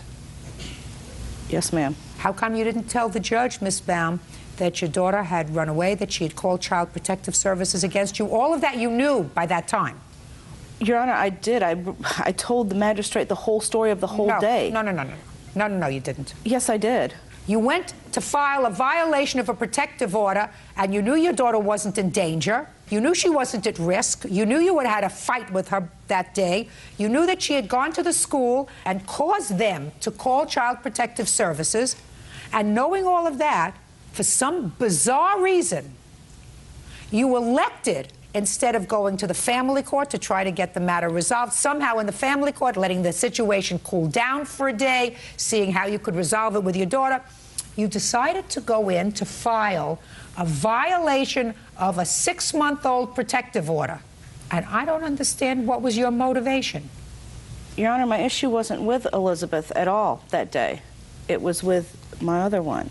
I understand that your initial problem was with your other daughter, but it was Elizabeth who spoke to the guidance counselor. It was Elizabeth who caused them to contact Child Protective Services, who ultimately contacted you and started all the trouble for you. And you reacted to that, Miss Baum, by going to court, and instead of letting things settle down with your 2 girls, going to court and making trouble for your ex-husband. No, that's exactly what you did. Oh, yes, that is exactly what you did. Your former husband is suing you for $2,000. He said he was arrested. How long were you taken into custody for, sir? I was released that day. But if I may add on that? Yeah. Prior to that, my daughter called me about 12:30 that day. And because where they live is in a separate city, I told her to call the Virginia Beach Police Department to find out what they would have her do. And they said, come see me. So she got a ride to home, and she got a ride from home to my work. At that point, I got a couple calls on my cell phone I'm not sure if I responded to a call, if I called her back and said, hey, she's here with me, but do not come up here and cause any trouble. After work, we'll settle this. We'll go through it and find out what's going on and get to the bottom of this. Later that night, she called her, Elizabeth, up. My ex called her Elizabeth up and said, I want your cell phone and your key. She came over to the house and got the cell phone and her key to the house. Did you go to his house? I went to the parking lot next door at like 7 o'clock at night to pick up the cell phone that's in my name and my house key. But not your daughter? No, she didn't. No, why? No, because... Your Honor, I can't pick her up and put her in the car. Because she didn't want to go home with you. That's right. So, and if you, are you suggesting to me that this magistrate before whom you appeared to get a protective order, you told him that your daughter didn't want to go home with you, she was okay with her father, and you went and you got your cell phone because you were worried she would make telephone calls? We're worried about her. Worried that she would make telephone calls. Whew.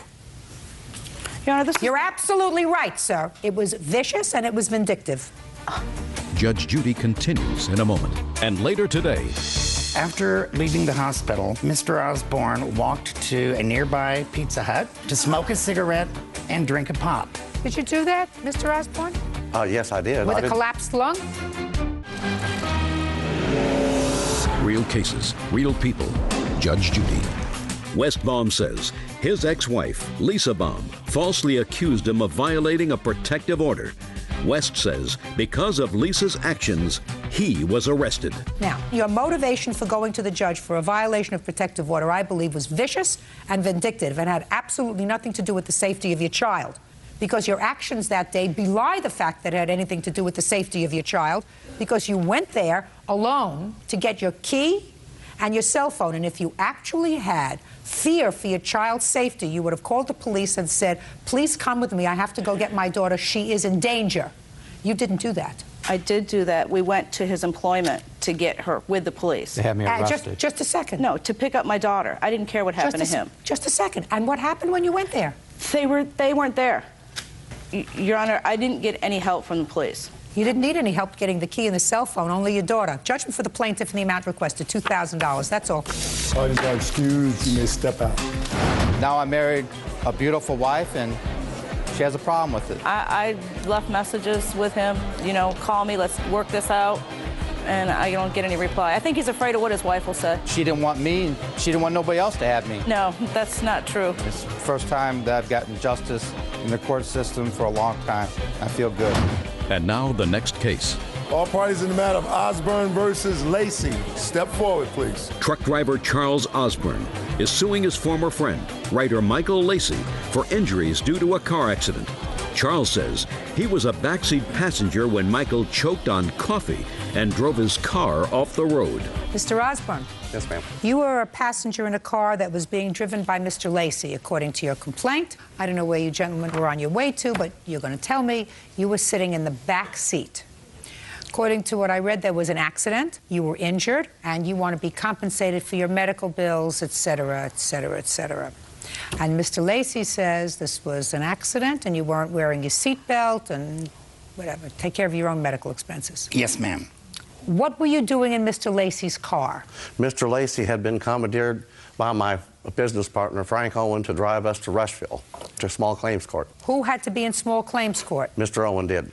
And what happened, sir? We were eastbound on Route 52, and Mr. Lacey had just passed a car doing about 58, 60 miles an hour.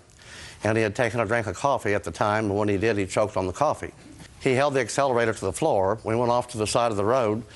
Frank was in the front seat. He tried to grab the wheel to hold it on the road. And I had pulled my seatbelt off quick and tried to jump over the seat to grab the wheel. But at that time is when we went off the road, and the car ended up going over some ravines and went catty-corner into a telephone pole, which hit like the rear door. And I slammed the door, knocked the power window buttons out of the door, broke the window out with my head. And the next time we finally stopped, dead, and the airbag went off, and Mr. Lacey turned around to me and he said, I believe we were in an automobile accident. I believe you were right. Can I see those pictures? I'm anxious to see. Sure. So I assume that It's the same paper. So it's the same paper. Okay.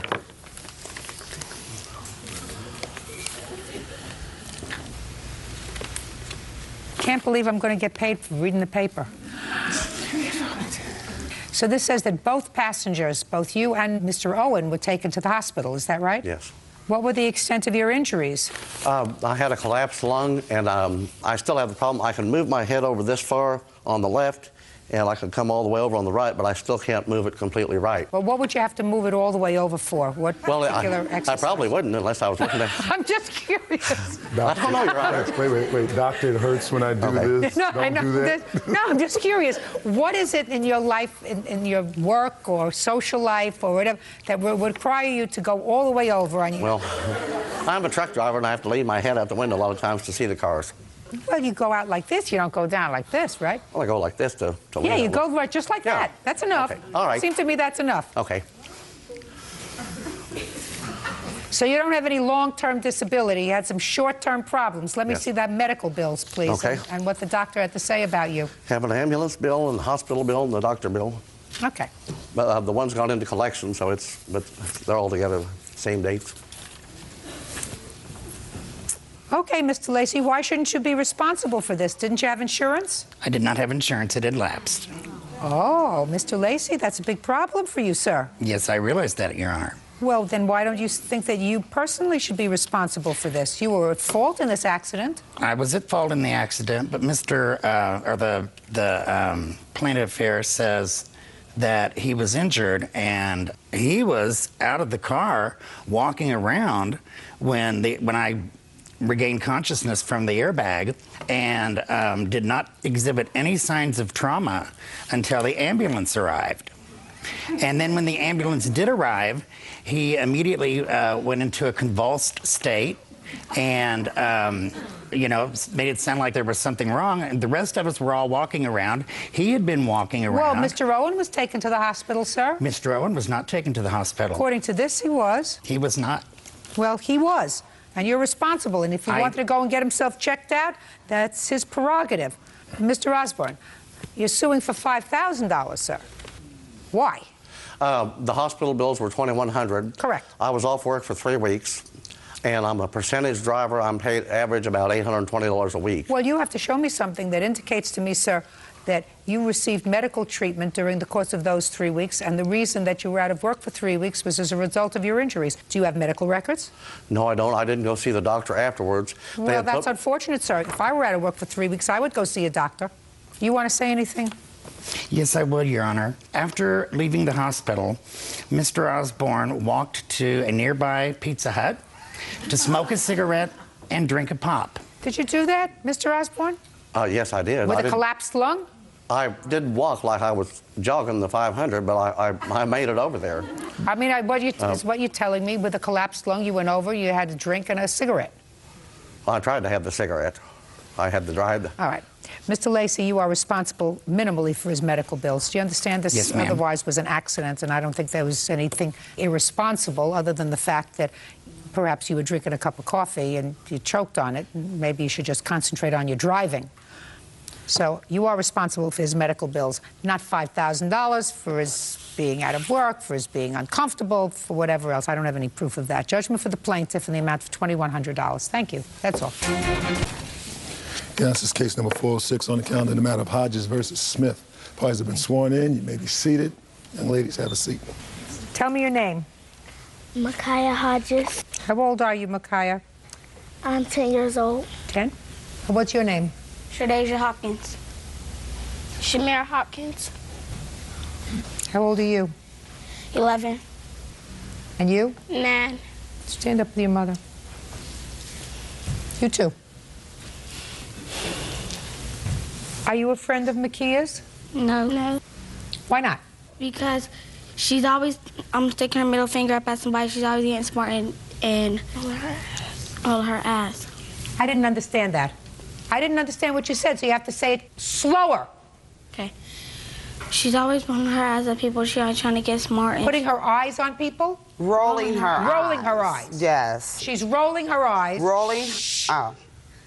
I'm trying to understand what your daughter is saying. She's not always going to have you as an interpreter.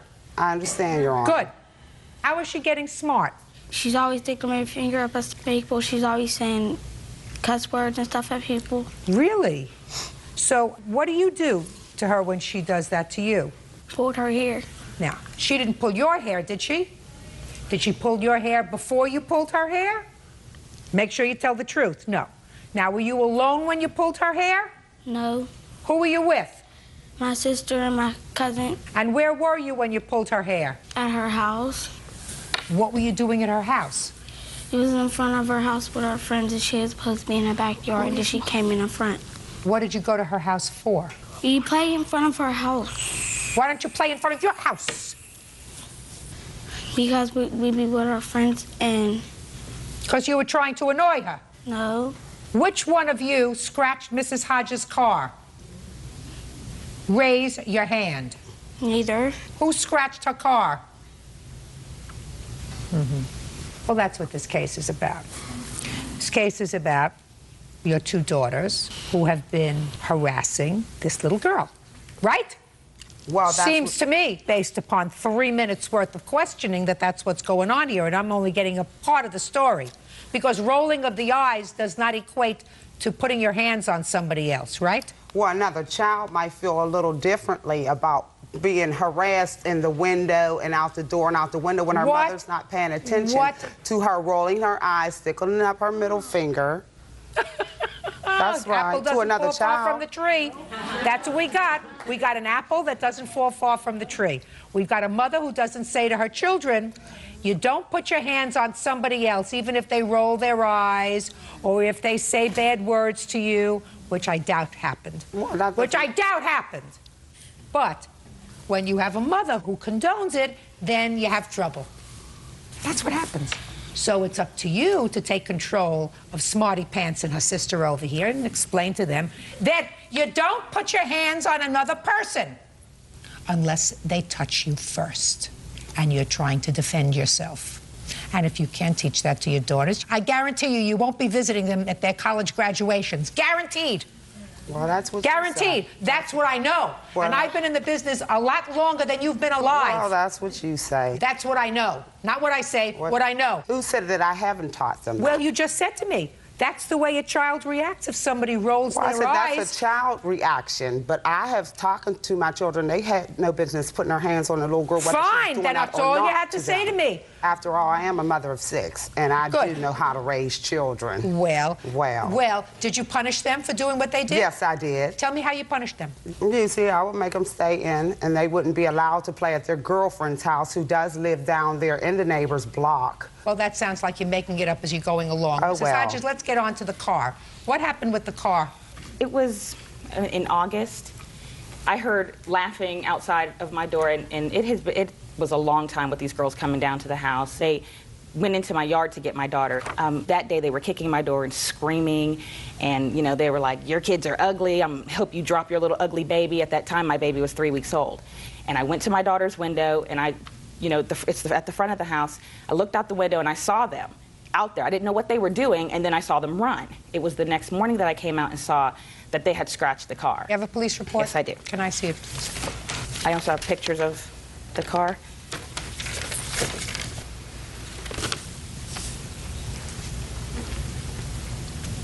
Do you have a follow-up report from the officer? No, what he did was he spoke to... No. What I want to know is if there was a follow-up report indicating that the officer spoke to Mrs. Smith and her girls. The officer come to speak to you? Yes, he did. And your girls? He spoke to me. Did he speak to the girls? Yes, he did speak to one of the girls. Which one did he speak to? He spoke to Shardasia. Did you tell the police officer that you had scratched the car? No. Did you tell the police officer who scratched the car? No, ma'am. Did you tell the police officer you were there when somebody scratched the car? Yes. What did they scratch the car with? I think it was a rock. You think it was a rock? I want you to hold up your hand and tell me how big the rock was. About this big. What color was the rock? Black, white, brown? Brown. Rough edges, or was it smooth? Rough edges. Rough edges. Now, so we know that the rock was about this size, brown, and it had rough edges on it. Now, who was carrying it? My cousin. Your cousin who? Tashina. And who used it to scratch the car? This girl named Justice. Justice has a last name? I don't know her last name. Do you know her last name? No, I don't. Now, did you tell that to your mother? No. Is this the first time you're telling your mother that your cousin had the rock and Justice was the one who used the rock? Is this the first time you're telling your mother that? Your mother's looking like, yes, that this is the first time she's hearing that from you. Yes. You think that I believe you? No. You're right. And you want to know something else? Your mother doesn't believe you either. Judge Judy continues in a moment. They're traveling in a pack, and they're doing the wrong thing, and they are being encouraged by pack behavior and your behavior. And if you don't take it seriously, I'm telling you, college, no, detention facility, yes. And later today, Did your mother always tell when the children were telling a lie or telling the truth? She's smart? Not all the time. I am. real cases, real people. Judge Judy. Gianna Hodges says her neighbors, 11-year-old Shardesha Hopkins and 9-year-old Shamara Hopkins, scratched her car with rocks. Gianna also says the girls have been terrorizing her daughter, Micaiah. Young lady, you are always in life going to meet people that are smarter than you are, because I know that you think that you're a hotshot. You're 11 years old and you know a lot, but you know nothing. So when you tell the truth, you don't have to have a good memory. When you make up stories and you lie, you have to have a very good memory. Do you understand that concept? Yes. I don't know whether you do, but your mother does. Can I see pictures of the damage to the car, please? Well, Your Honor, may I say something? Sure. I seen the car, and I stopped and I knocked on Mrs. Hodges' door. And I spoke to her at that time, my daughter and I, and she showed me an estimate, or told me that she had an estimate for her car for $255. She said I was going to get another estimate, and the estimate was cheaper estimate. So I said, okay. $255 so she said, is pretty. Listen, okay, I'm looking at the damage here. Well, that's what I would have, thought. Just a minute. So what you're telling me, what you're telling me, Miss Smith, because it's not what you put in your answer, you don't have a problem with paying for the damage because you believe your daughter did do the damage. Of course I have a problem with Well, paying. that's not, then the damage is not the issue right now. Okay, I understand that, but... Right now we have to, there are two stages to this process. Yes, First, we have to figure out who did the damage. Mm-hmm. And I am satisfied that she did the damage. And so are you. So are you. She knows we have a rock this size, brown in color with ragged edges that was used by somebody by the name of Justice, whose name she doesn't remember. And it's the first time since this whole thing happened that she's telling you this story, because before that she told you, I don't know anything. I was there with my friends. I didn't do anything. I mean, coming into a courtroom setting and dealing with somebody who's been around the block a couple of times, I usually get to the bottom of it. The only problem is she's not going to say to you right now, it was me. So she'll make up a story. That's why we went to the rock first.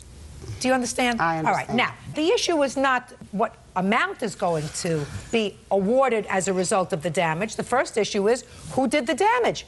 Because she didn't see who did the damage. She saw a bunch of kids out there. These two girls were near her car, which is why she came to you, Well, which is why she called the police. Who did the damage if She she doesn't didn't see who done it? Just a second. Let me tell you something. She said she had seen the girls and she sent the police to your house. Even if I find that she didn't see the girls, I just got a confession from your daughter. You're not following it, but your daughter just confessed to me that the person with the brown rock with jagged edges about this size, but in somebody else's hand, did the damage to the car. And if you believe that I am going to make this award, listen to me. My daughter. Listen. I believe my daughter. Well, you do? Yes. Did you believe her when she told you she didn't do anything? Well, she was with her friends. No. She was with her friends, and because a little girl don't have any friends, did you believe her when she said she has 10 or 15 friends? Oh, college you're never going to see. Can I see the estimate, please? Well, I won't.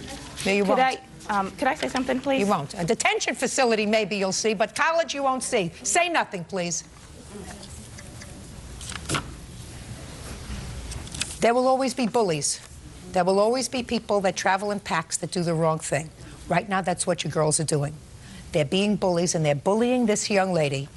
They're bullying her whether they like her, whether they don't like her, whether they think she's good-looking, her mother's good-looking, her baby is good-looking. Whatever it is, they're traveling in a pack. and they're doing the wrong thing, and they are being encouraged by PAC behavior and your behavior, because you're not taking what they do seriously. This is unpleasant, amoral, criminal behavior, and if you don't take it seriously, I'm telling you, college no, detention facility yes. Judgment for the plaintiff in the amount of $1,300. That's all. Parties are excused. You may step out.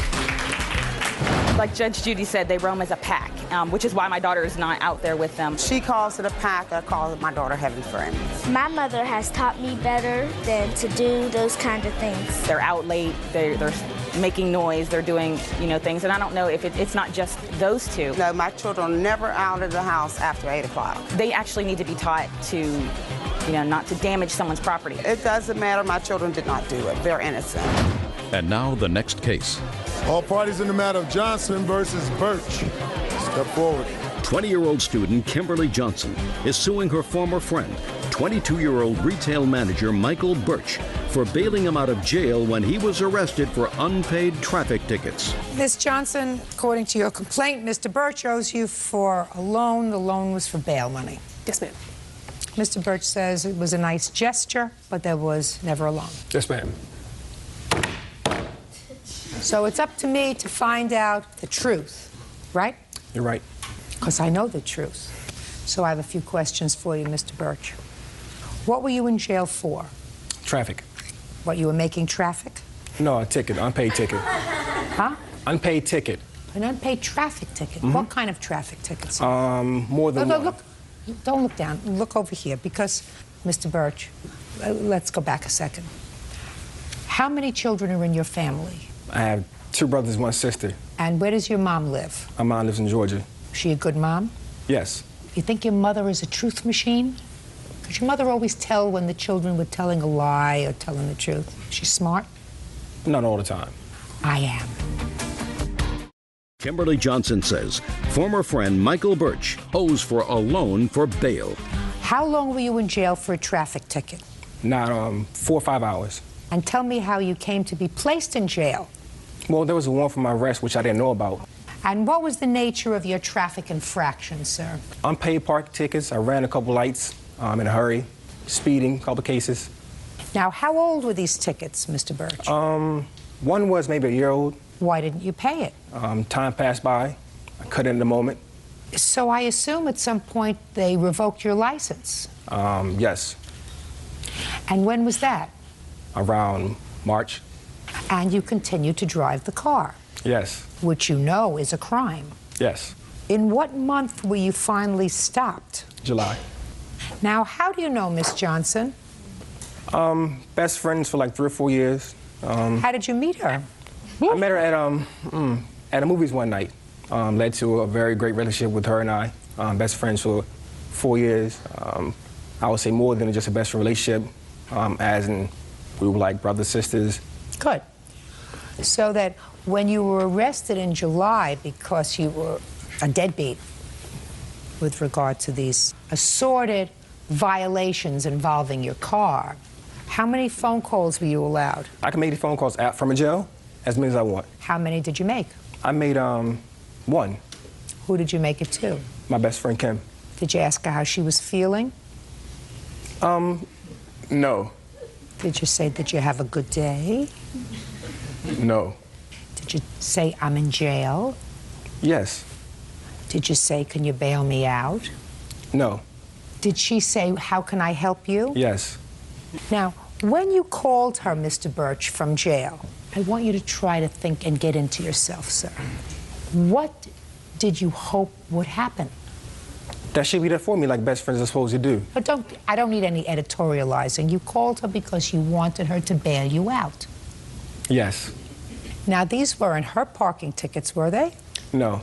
She wasn't driving with a suspended license, was she? No. What do you do for a living, Mr. Birch? I work at a retail store, fashion design, clothing. And before that, what were you doing? I worked for Singular Wireless. What did Miss Johnson do for a living? Miss Johnson currently in school. She also worked at a swimming facility. She was a swim teacher. So she was supporting herself while she was going to school and paying for school? Yes. What I want to know is, why would you think that somebody should spend $500 to get you out of a predicament that you got yourself into when she is supporting herself, trying to better herself by going to school, and you're doing nothing but taking care of yourself? Well, it's not about whether she would do it. In this case, your best friends, regardless if it's a she or a male. You're supposed to be there for your best friend regardless of the situation it is. In this case, and since she's a girl, I'm assuming that she is innocent. No, I didn't make her pay the money. I didn't put a gun to her head. She chose to. This is my best friend. I want you to look at his face. Do you know how disgusted he is with you? I think it's very nice that she took out the money from her ATM, from her bank account, or wrote out money, a check from her checking account, or borrowed money from her line of credit to go down to make sure that you didn't spend more than 5 hours in jail.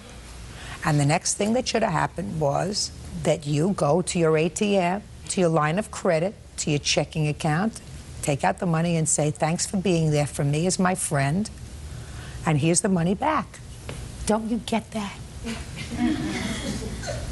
Don't you get that? $500? Yes, ma'am. Judgment for the plaintiff in the amount of $500, that's all. Mrs. Bentley. Parties have been sworn in, Judge. You may be seated. Folks, have a seat. Miss Ogden, this is your daughter? Yes, ma'am. According to your complaint, your daughter asked you for a series of loans. Yes, ma'am. She had gotten into some trouble. Yes, ma'am. Possibly trouble that could have ended her up in very hot water. And she agreed to pay you back. She did not. Yes, and in ma'am. addition to that, you co-signed for a car for her. The car was eventually repossessed. She Yes, ma'am. says at your suggestion, therefore, she owes you nothing for the car. And your daughter says that you did, in fact, give her some money when she got into trouble. In exchange for that, she waited on you hand and foot like a slave, and if you had to pay somebody to take care of you, it would have cost you a lot more than what she actually took from you. Is that your Well, defense? that's a lie. Shh. Yes, ma'am, that's correct. That's your defense. How old are you? I'm 32. What kind of trouble did you get into, Miss Bentley? I was picked up with the sale of drugs. Drug sale? Yes, ma'am. I haven't been charged yet, but I was picked up for that. When was that? That was September 1st, 2004. Are those charges still pending? Yes, ma'am. You have a lawyer involved in Yes, that case? ma'am. What did you need money for? Well, whenever I first moved, my mom offered me a place to stay, to get back on my feet, to get cleaned up and stay out of trouble. And I took her up on it, and I had a couple of hot checks. What do you mean hot checks? Well, I mean, I had written a couple of checks, and they weren't covered. I thought the money was in the bank, but it wasn't. So you needed money? Right. She offered. I didn't ask. How much money did you need? That was, I think that was $250 at that time. And there was also an incident where I was going through a divorce at the same time, and I had my ex filed telephone harassment on me. And so I also had to fine for that for court. I didn't ask her to pay. Again, she offered. I was going to come up with the money. You were going to come up with the money. Right. How much was that? $500. Does your mother work? Nope. How does she support herself? My stepdad pays her bills. So she's married and she lives with her husband? Yes. So it really is the income that's coming into the house is his income. Right. She loans it out to other family members just like she did me. She offers it to other family members with the understanding that they're not going to pay her back. Or that they will if they can, whenever. If they don't, she wants it right then, then she wants it right then. Who are you? I'm her witness, Robert Dillahunty. How is he related to you? He's my boyfriend. He was there whenever she offered to pay some of the bills for me and stuff. Was he also arrested on these drug charges? Yes, ma'am. You have the same lawyer or a different lawyer? Different lawyers. That's a good idea. You understand why you have a different lawyer, don't you? No. Because eventually one of you is going to put it on the other. Amen. Well, that's what's going to happen. They both that's lie why, like dogs. That's why I have two different lawyers. So let's deal with the $750. Well, totally it is $244.54 for your hot checks for you. Okay, she said $250. It's close enough. What's next? And the other one, I had just gotten out of the hospital on Wednesday night, and I get a phone call the next morning around 10 a.m. on Thursday from Robert Dillahunty's mother, Margaret Dillahunty, saying that Shannon had to have $404 or she was going to go to jail. Well, I had no other way to get it. My twin was sick. She couldn't go take it. I paid Mr. Deaton by telephone, and he charged me an extra $100 to do it. Okay. Well, once you turned over the money, tell me about the discussion you had with your daughter. Well, she knew she had to pay me back. I told her, I said, Shannon Michelle, I ain't growing money on trees. She knows she got to pay me back. No, Miss Ogden, listen to me very carefully. I want to know what you said to her and what she said to you when you finally saw her after you paid this money. She said, Mother, I'll get a job. As soon as I get my job, I'll pay you back. And as soon as I cash my stocks in, I'll pay you back. I've heard this and heard that. Just a second. Did she ever get a job? No, but she got offered one. She wouldn't take it. Did she ever sell her stocks? What kind of stocks do you have? There were some my dad, he passed away in 2002. There were some he had with Dow back from like the 70s. It was just a few $1,000s worth. So what'd you do with the money? I'm having them transferred right now into my name because I was executrix of his estate. And Judge, I couldn't get a job because I pretty much did everything for her. When I moved in, That is a lie. I did Miss everything. Ogden. I did everything for the woman. I cleaned. She, get me something to drink, get me a beer, get me this. She was constantly, it never. So what? I was her maid. How could I get a job? Miss Bentley. I did the best I Miss could. Bentley, you're not there now. You're not taking care of your mother now. Why can't you get a job now? I can. I'm looking. I'm going to school full time and I'm looking for work. Look, listen to me. You have children? Yes, ma'am, too. Your children don't live with you. No, ma'am. They live with their father. They live with his parents. Or with his parents. Yes, ma'am. They don't live with you. Right. Or him. Right. Amen. Ditto to that. Judge Judy continues in a moment. Your problem is that you've had a windfall of money. According to your mother, $375,000. I have a house paid for, I have a car paid for, I have Lupton Police Department has it. And later today, I got mad and I went and I took a baseball bat to the back window. Who was in the car at the time? Her daughter was in the car. Her baby was in the car. And I did not know that at the time. No, I told them. real cases, real people. Judge Judy. Sherry Ogden says her daughter, Shannon Bentley, owes for loans she made while Shannon was trying to get clean. Shannon says because of drugs, she lost everything. This is not the time for a 32-year-old woman to be in school full-time, my dear. This is the time for a 32-year-old woman to be in school part-time and working. Because if you have children who are being taken care of by their paternal grandparents, in addition to paying your mother back for the money she laid out to keep you out of jail, you should be sending support for your children. How's that for an eye-opener? I agree. You're right. I mean, I've looked for a job. You're not looking hard enough, honey. Anybody can get a job. Thank you. Anybody can get a job. Fast food, drying cars at a car wash. Anybody can get a job. Your problem is that you've had a windfall of money. According to your mother, $375,000. No, ma'am, it wasn't that much. How much? It was around $250,000. $250,000 is $250,000.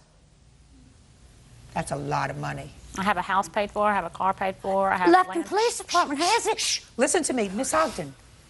Don't speak. Okay. What I'm trying to say to you is, you got a lot of money. That can make you a real lazy behind. But you have responsibility. When was the last time you sent your children support? I haven't supported them. I've bought clothes for them. And That's not support. Support is sending their grandparents $500 a month. And I suggest that if you want to be considered a mother at any time in your life, you will start to do that. Get a job and start supporting your children. Because that's what mothers are supposed to do who don't have their children in their custody, just like fathers. But first, you pay your mother back $750 judgment. Wait, I got $1,250 in there where I loaned her to. It's on there. Is that for the car? Shh, listen to me.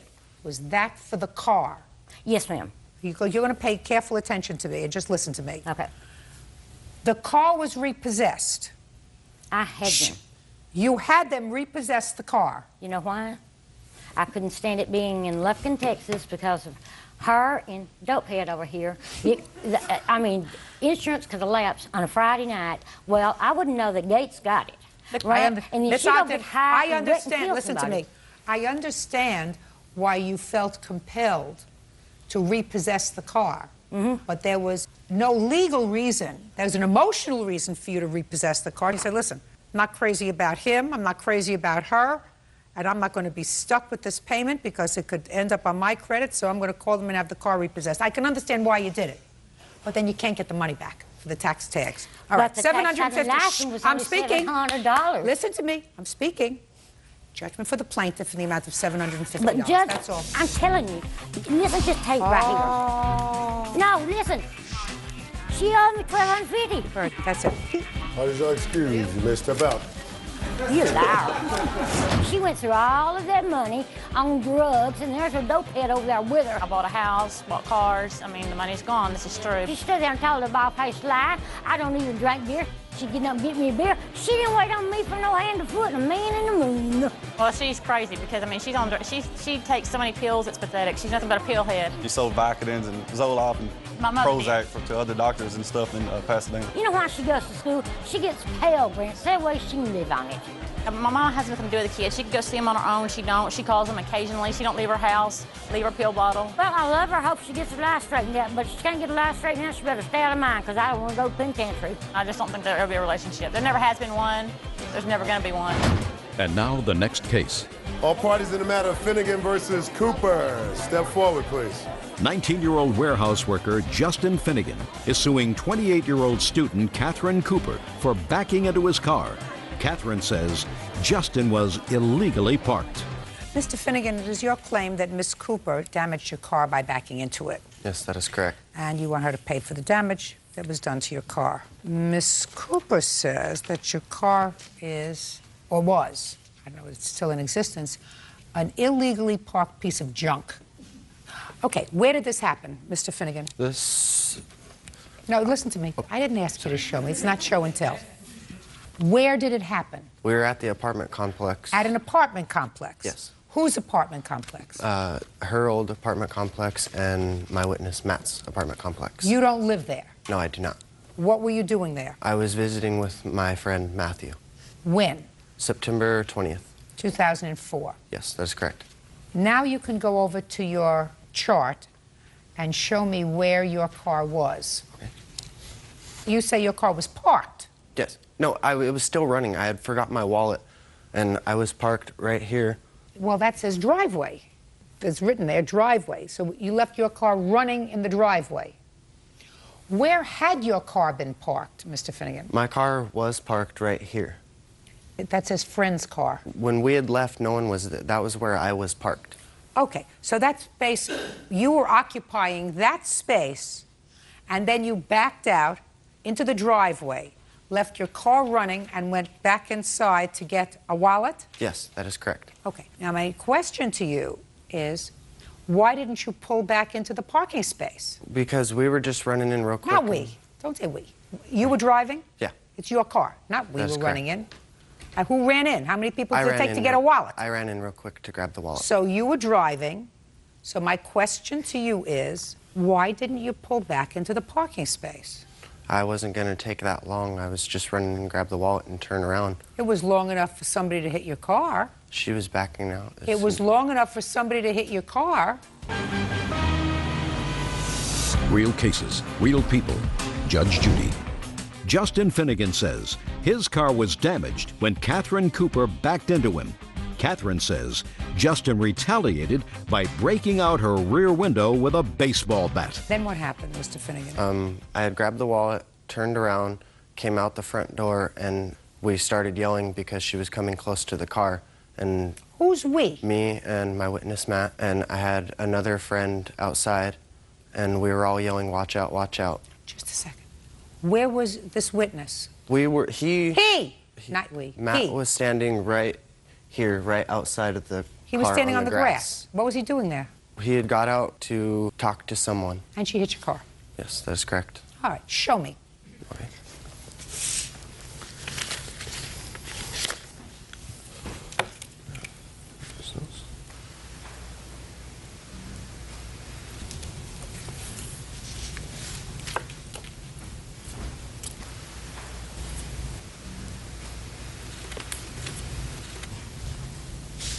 What's this house? Picture of a house. That one is a picture of the pole. What does a pole have to do with this? I was just showing that she has broke that pole several times with her vehicle.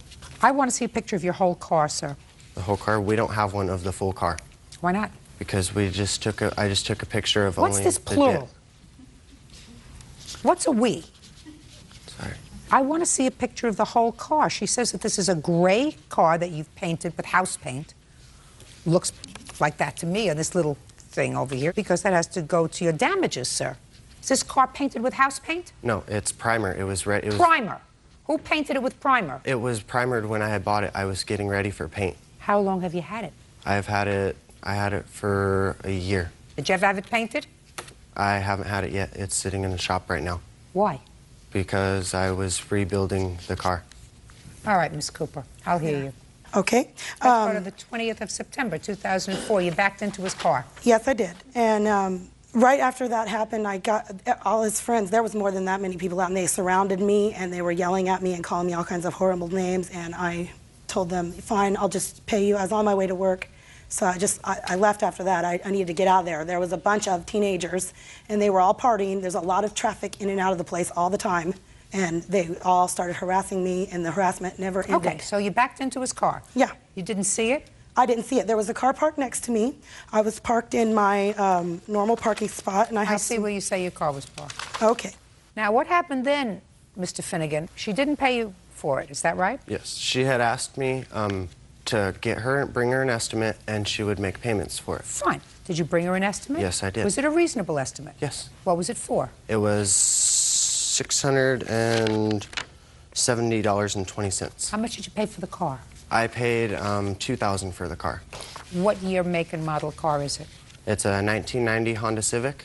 Did you buy it in primer coat? Yes, I did. And you paid $2,000 for it? That is correct. Somebody saw you coming. So you gave her this estimate. Go ahead. What happened there? And I had waited. She had said she was waiting on a check, and I had said, okay. And I had came back to her, and she had said, I don't have the money. I just started a new job. And I had waited another week or so, and I had came back, and I followed up each week about the money, and every time it was a different story. Why don't you tell Officer Bird here what you did, sir? I had asked her about the money, and she said, well, I'm moving, and I don't have the money. And so, out of anger, I got mad, and I went and I took a baseball bat to the back window. Of what? Of her vehicle. Of her car? That's correct. Who was in the car at the time? Her daughter was in the car. Her baby was in the car? And I did not know that at the time. No, I told them. Shh, shh, shh, shh. Sorry. Got it? Oh, yeah. You got your anger out.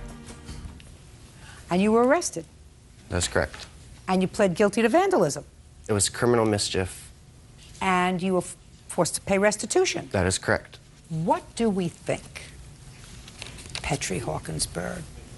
Evidently, Mr. Finnegan understands how to go to small claims court and file papers. Apparently. He even knows how to oversee drawing diagrams. Oh, yeah. Mr. Finnegan, you think I'm sympathetic to you, sir? No, ma'am. You're right. That you're right about. And why do you think I'm not sympathetic to you, Mr. Finnegan? Because of what I did was not right. Correct. In any way, shape, One or thing form. was an accident, at least partially caused by your own negligence for leaving your car running in a parking lot where there are children around. Child could have run into the car, driven, hurt themselves, hurt a lot of other people because you couldn't take the time. You must have been off to a very, very important corporate meeting so that you couldn't pull the car back into the parking space, turn off the ignition, and take the key when you went inside to get your wallet. So at least you were partially responsible for what happened to your own piece of junk. Yes, right? ma'am. And instead of acting like a grown-up and saying, well, she's not paying me, that's not the right thing to do, maybe it'll cost me $50 to have my car fixed. Instead, you take a baseball bat to her car with her baby in the car sitting in the back seat and smash the window. Yes, ma'am. You think that a court is going to be sympathetic to you? No, ma'am. You're right. Your case is dismissed. That's all. Parties are excused.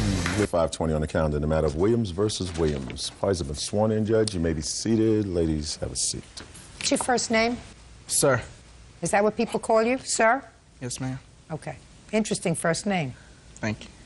Miss Williams, this is your cousin. According to your complaint, you leased an apartment with him, with one other person? With him, yes, ma'am. Just with him? Yes, ma'am.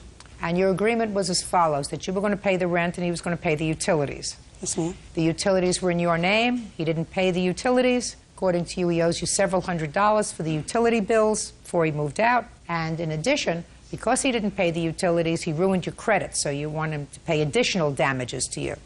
Sir says that there was never any agreement for him to pay the utilities, and in addition, this has nothing to do with anything other than a family dispute that you have, which caused you at some later time to come to his home, where he had moved with his grandmother, and you came in, you poured bleach, and you ruined his clothing and his shirts and his shoes, and you have some property that belongs to him.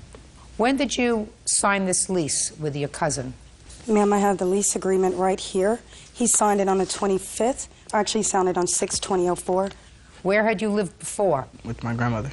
Were you working at the time you moved in with your cousin? Yes, ma'am. Who were you working for? EBS Janitorial Services. How much money were you making? $9 an hour. Working 40 hours a week? Yes, ma'am. Your cousin says that you had an agreement that you were supposed to take care of the utilities. No, ma'am. Why in the world would she sign a lease with you? You did sign a lease, didn't you? Yes.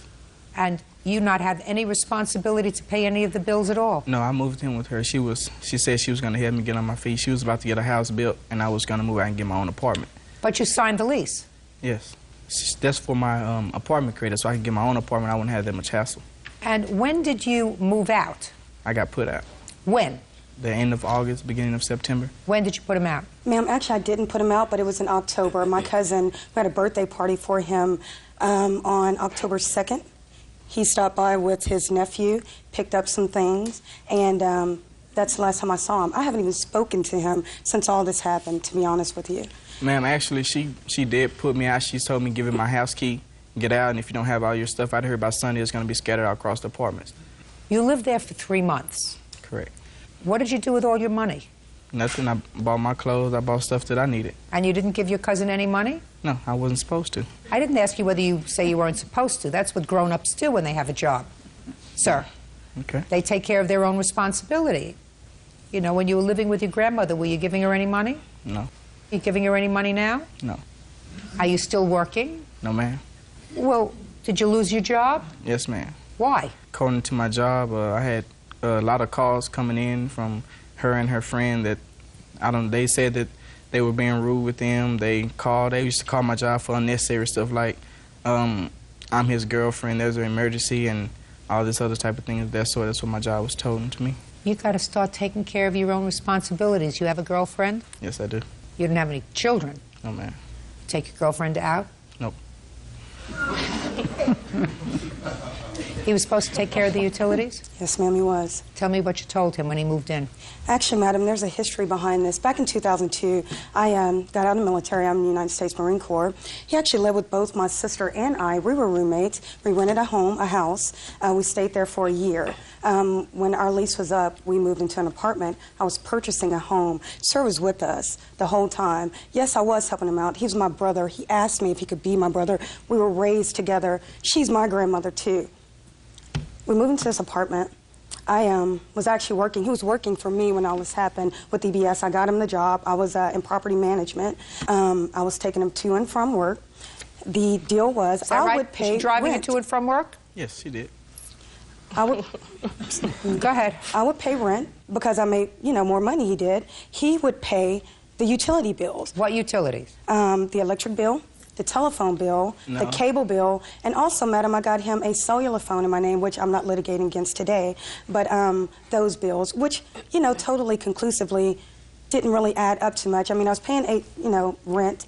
In total, for the 3 months that he lived with you, yes, ma'am. How much were those bills? The electricity, telephone, the and cable bill was $464.80, and the $464? $464 For 3 months? and 80 cents. Yes, ma'am.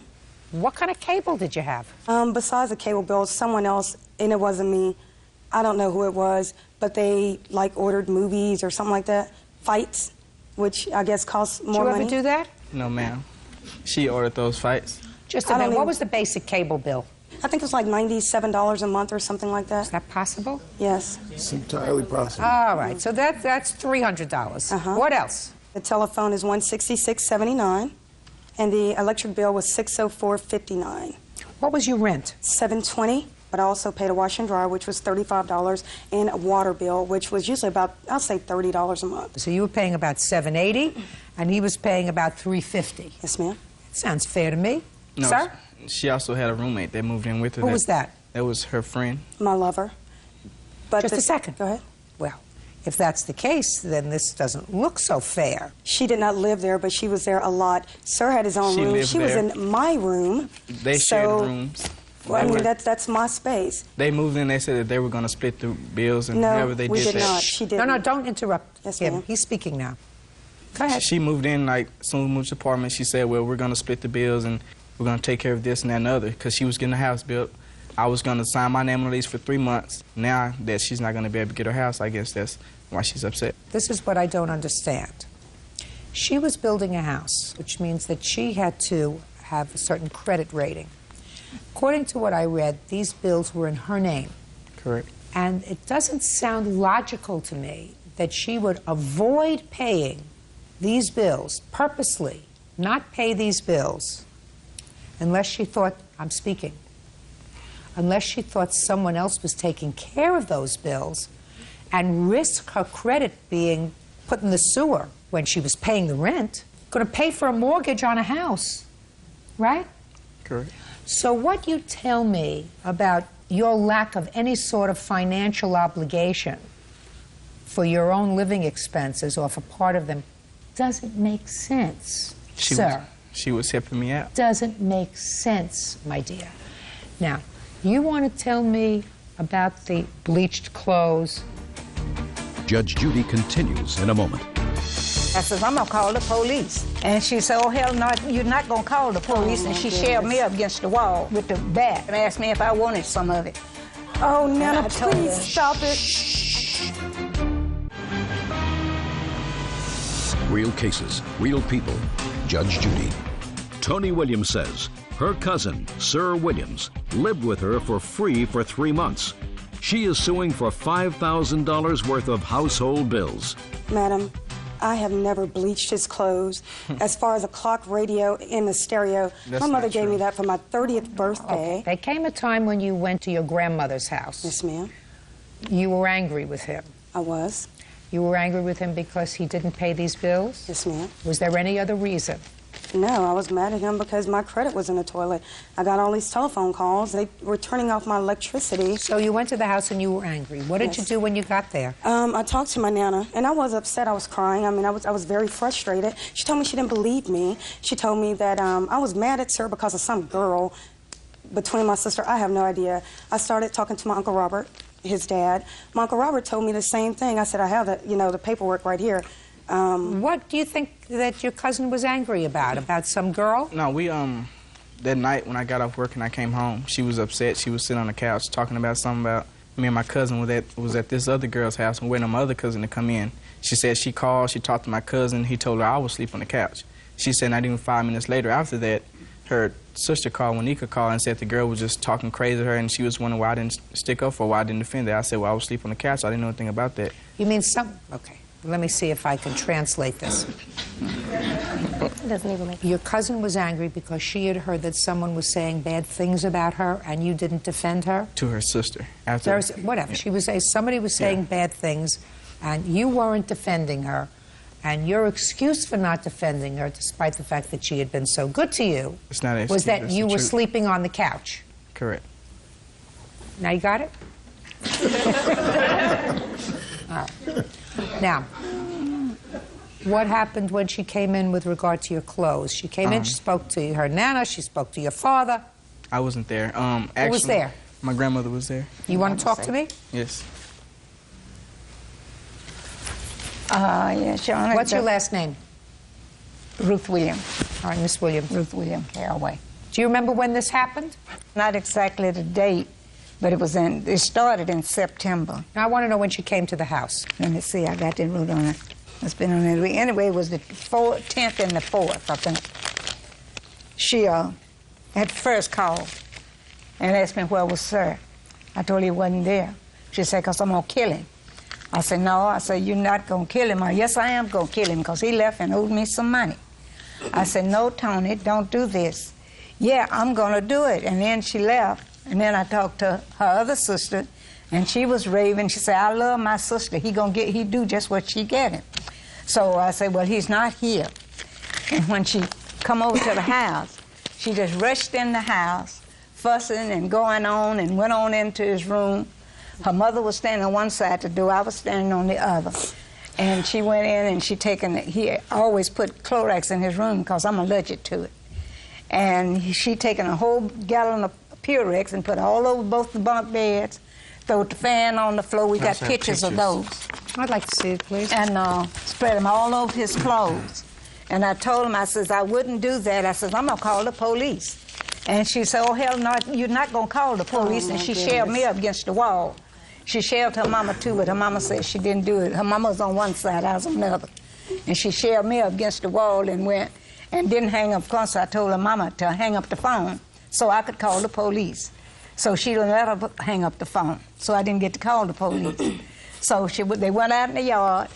I called and told my brother-in-law to tell Sir, don't come home. I said, because Tony's over here saying she gonna kill it, and I don't want that in my house. They stayed at my yard about 3.5 hours, raving and cussing and dragging a whole box of these clothes out there and filled them full of water. And that's where they left her, and she went and got a baseball bat. She come back to the house. That's when I said that she needed help. She come back to the house and was gonna run in. Her mama said, shut the door, don't let her in. So I had to screen those clothes, and she just snatched the screens door, which I got a picture of that too, and pulled it loose and asked me if I wanted some of it. Oh, Nana, please stop it. I told her no, that she wasn't going to get in, to leave my house, and don't ever come back anymore, because I've never had a granddaughter to disrespect me as much. She said, well, I'm going to get him when he come home. So her mother, her sister, and I guess that was her other lady friend. Anyway, it was a friend of hers. They stayed in my house about 3.5 hours, sitting out on the porch with a baseball bat, waiting for him to come home. So when he come, I just showed him the room. She showed I have a bruise on this hip, and my shoulder I can still feel. Nana, please stop. I told her, my daughter, I thought it was all over till he got a summary that saying he was going to court. I don't know why I had the pictures taken, but I had them taken because I felt that I needed proof to show that something had happened. Real cases, real people. Judge Judy. Tony Williams says her cousin, Sir Williams, owes for 3 months' worth of rent and bills. If you're 20 years old and you're working and you have a job and you have a cousin who before all this happened was very good to you, right? Correct. According to you, if I'm to believe you, she was really very good to you for a long time because you lived with her more than 3 months, right? And I never paid rent. I'm not talking about paying rent. That doesn't make you a star, the fact that you lived with her for more than 3 months and didn't pay rent. That makes you a bottom sucker. No. Now, listen to me carefully, my dear. She says that you lived with her before.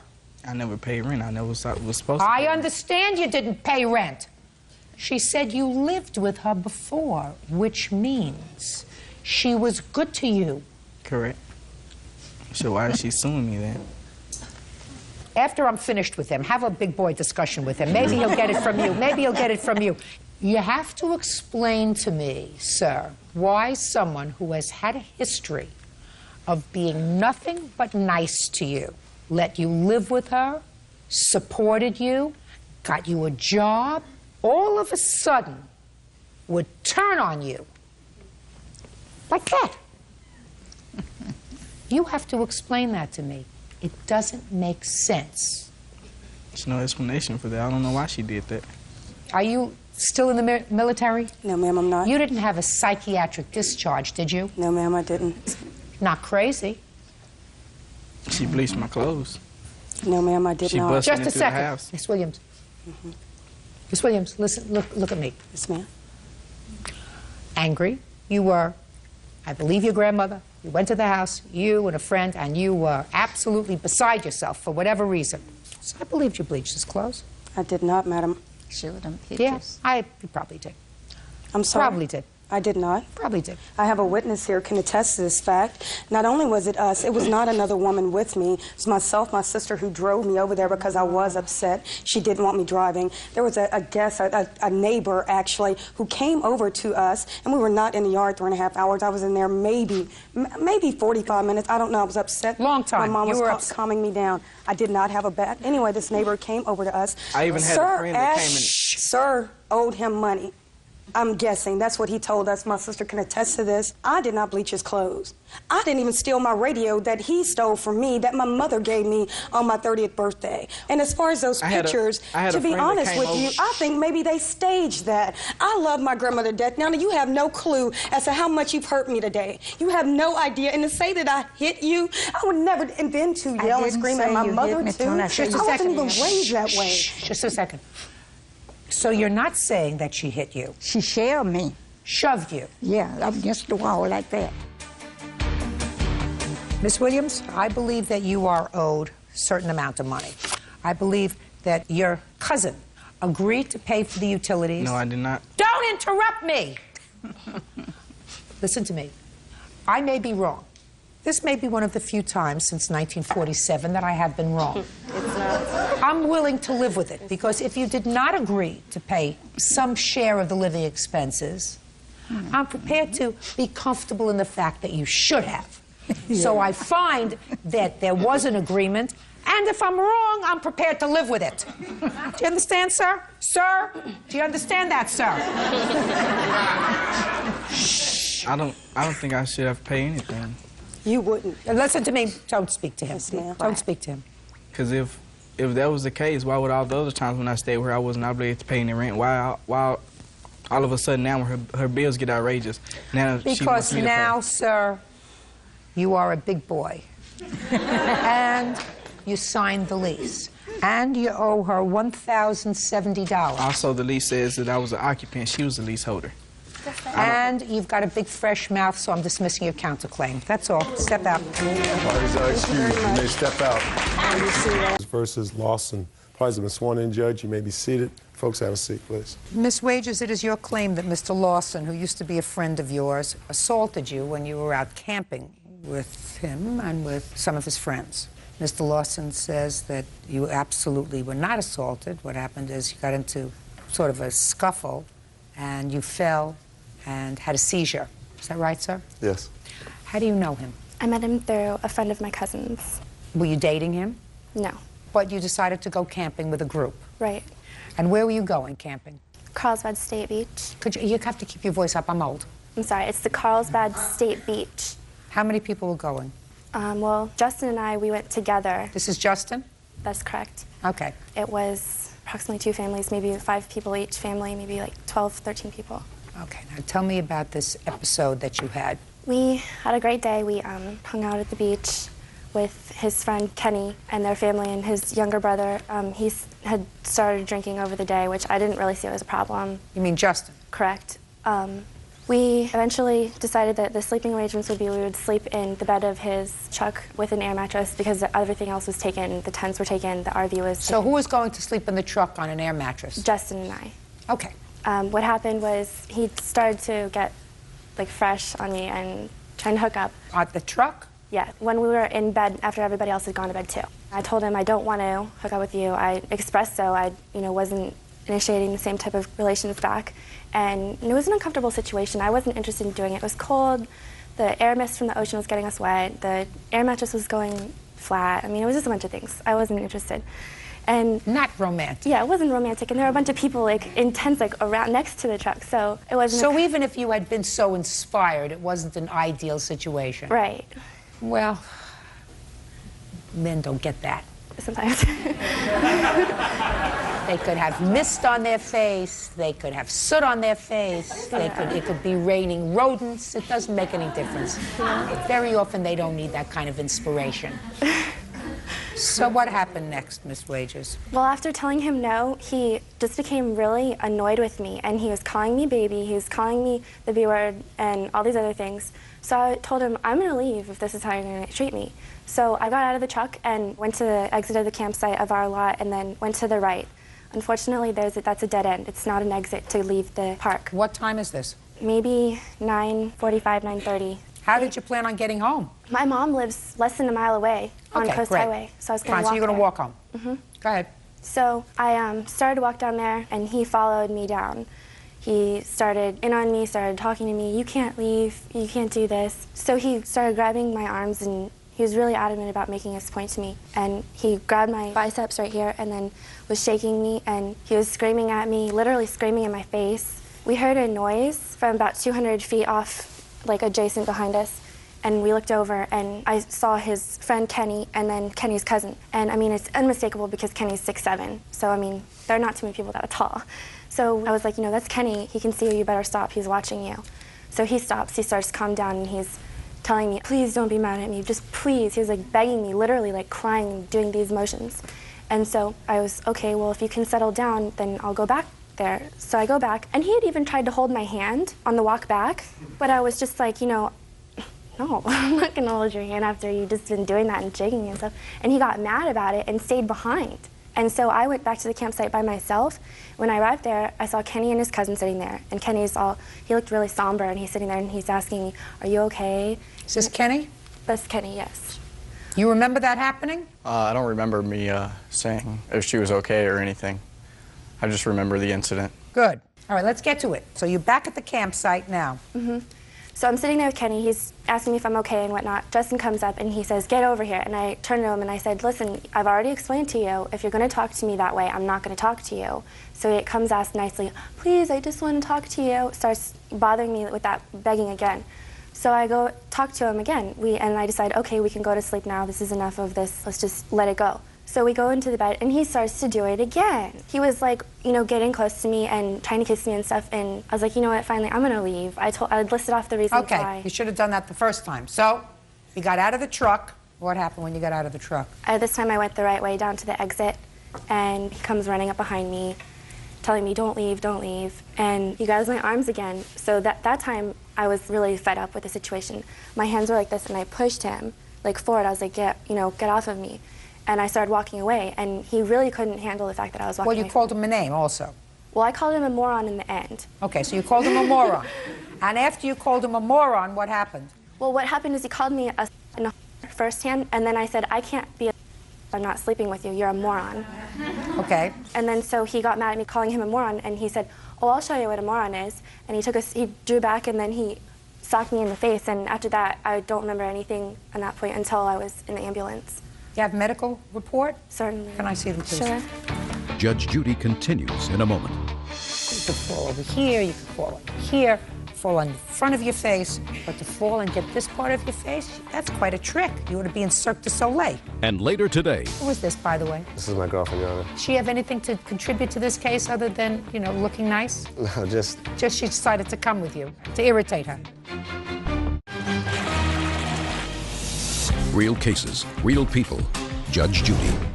Annette Wager says former friend Justin Lawson punched her in the head after she rebuffed his sexual advances. Okay. Were you smoking marijuana that night? No, but I have done it in the past. What about him? Yes. Didn't have just a little? I wasn't with him while he was doing it. We smoked on the way up there. Smoked a doobie, a joint. And after that, sir, did you smoke any more? No. Okay, Justin. Well, at the time she was staying with me for a couple weeks, and we got invited to go up to Carlsbad State Beach with his family.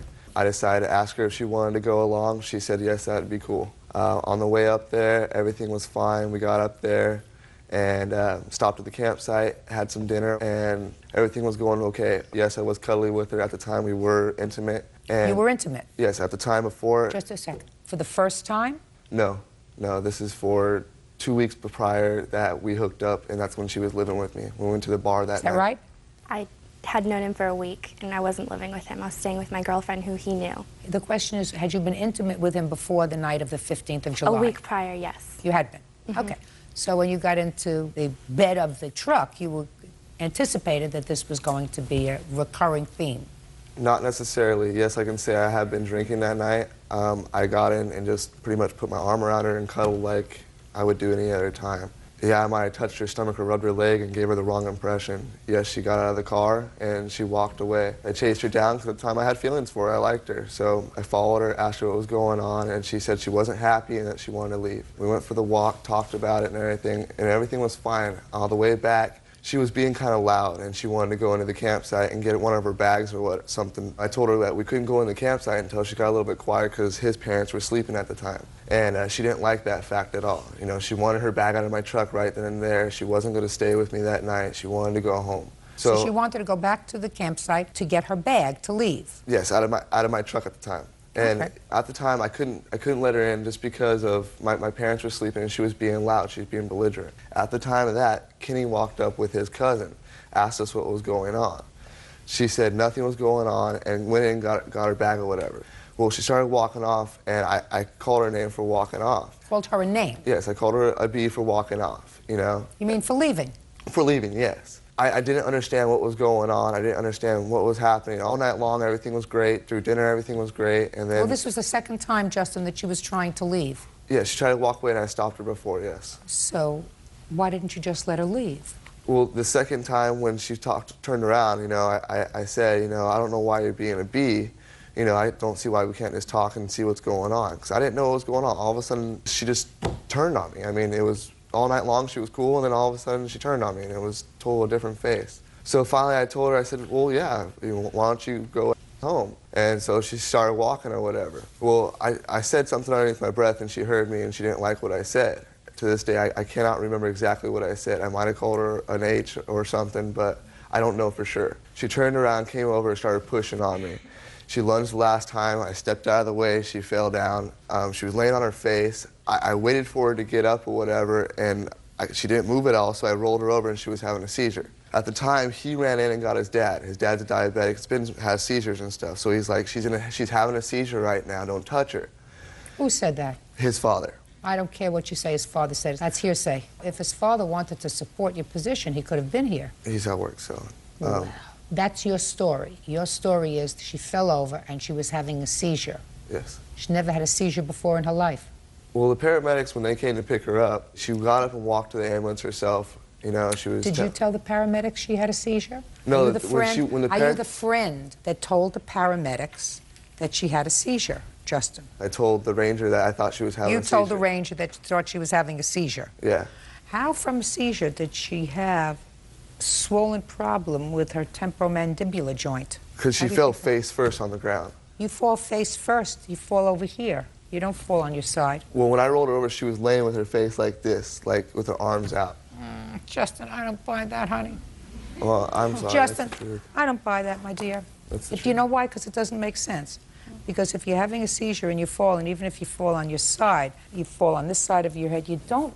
It's very hard to fall on this indentation unless you happen to be unlucky enough to fall on a rock that's sticking out on this part of your face. So you could fall over here, you could fall over here, fall on the front of your face, but to fall and get this part of your face, that's quite a trick. You ought to be in Cirque du Soleil. That's why I don't buy what you're saying to me, Justin. Okay. Don't buy it, my dear. And the fact that you went to the hospital afterwards with her and waited for her to wake up and told the doctor before she woke up that she had had a seizure. That's what, you're the friend. You did go to the hospital with her, didn't you? Yes, I did. Yeah. Were you nervous? At the hospital? Yeah. I was crying the whole time. I didn't know what happened to her. I don't blame you for crying. I don't think that you meant anything to happen bad to her that night. I think you had a little too much to drink and a little too much to smoke. And she wanted to leave and she wanted to go home and you didn't want her to go home. And you left out the fact that, according to your answer, you said, I grabbed her bag to throw it back in my truck, but she kept pushing me, trying to get her bag back. How come you forgot that? How come you forgot to tell me that you weren't letting her leave, that you took her bag and you were throwing it in your truck because you were trying to prevent her from leaving? Well, I just told her that I was going to grab her bag, and I grabbed it as I was saying, I'll take you home in the morning. And at that time, it was no problem until... Well, how come you didn't tell me that, Justin? I don't know. I'm sorry I left it out. Real cases, real people. Judge Judy. Annette Wager says former friend Justin Lawson punched her in the head after she rebuffed his sexual advances. It's a good story, Justin. It doesn't wash with me. I think you got angry with her. I think when she called you a moron, you hauled off and socked her, and I think she fell down, and she hit her head, and you got a little bit nervous. Well, I didn't sock her. Well, that's what I think you did. And since my judgment is the only one that counts, and since her story is supported by what I'm reading in the medical reports, judgment for the plaintiff in the amount of $3,900. Thank you very much. Parties are excused. You may step out. Thank you. We've known each other for a week, so it wasn't a long-term relationship or anything to get really serious about. You can't say boyfriend and girl if I can say sexual partners. Well, if she tried to leave a situation, she should have the right to leave the situation. Any guy that cares about a girl is not going to let him leave. No means no. And now the next case. All parties in the matter of Lombardo versus Rao. Step forward, please. 21-year-old waitress Elizabeth Lombardo is suing her ex-boyfriend, 22-year-old construction worker Bo Rao, for several loans she made throughout their relationship. Bo says Elizabeth is holding his belongings hostage. Miss Lombardo, this gentleman used to be your boyfriend, and you lived together for a period of time, according to you. When you separated, he owed you some money. Yes. Mr. Rao says he doesn't owe you any money. Relationships are a give-and-take thing. So get over it and move on with it, right? Yes, ma'am. When did you live together, Miss Lombardo? We lived together from May probably to August of 2004. We started in May 2003. Is that about right? That's about right. And did you move into an apartment together, or did you... No, we moved in with my family. That's wrong, Your Honor. Prior to that, we were living at my apartment with my brother, and she was staying over there. Then we moved. When was that, sir? That was April and May. We stayed in the apartment, then moved there. I still had a room in my house. It I wasn't. don't care whether you still had a room in your house. Were you living with Mr. Rao and his brother for April and May? Yes. And then the two of you moved into her family's house? Yes, ma'am. Where you had a room? Yes. Fine.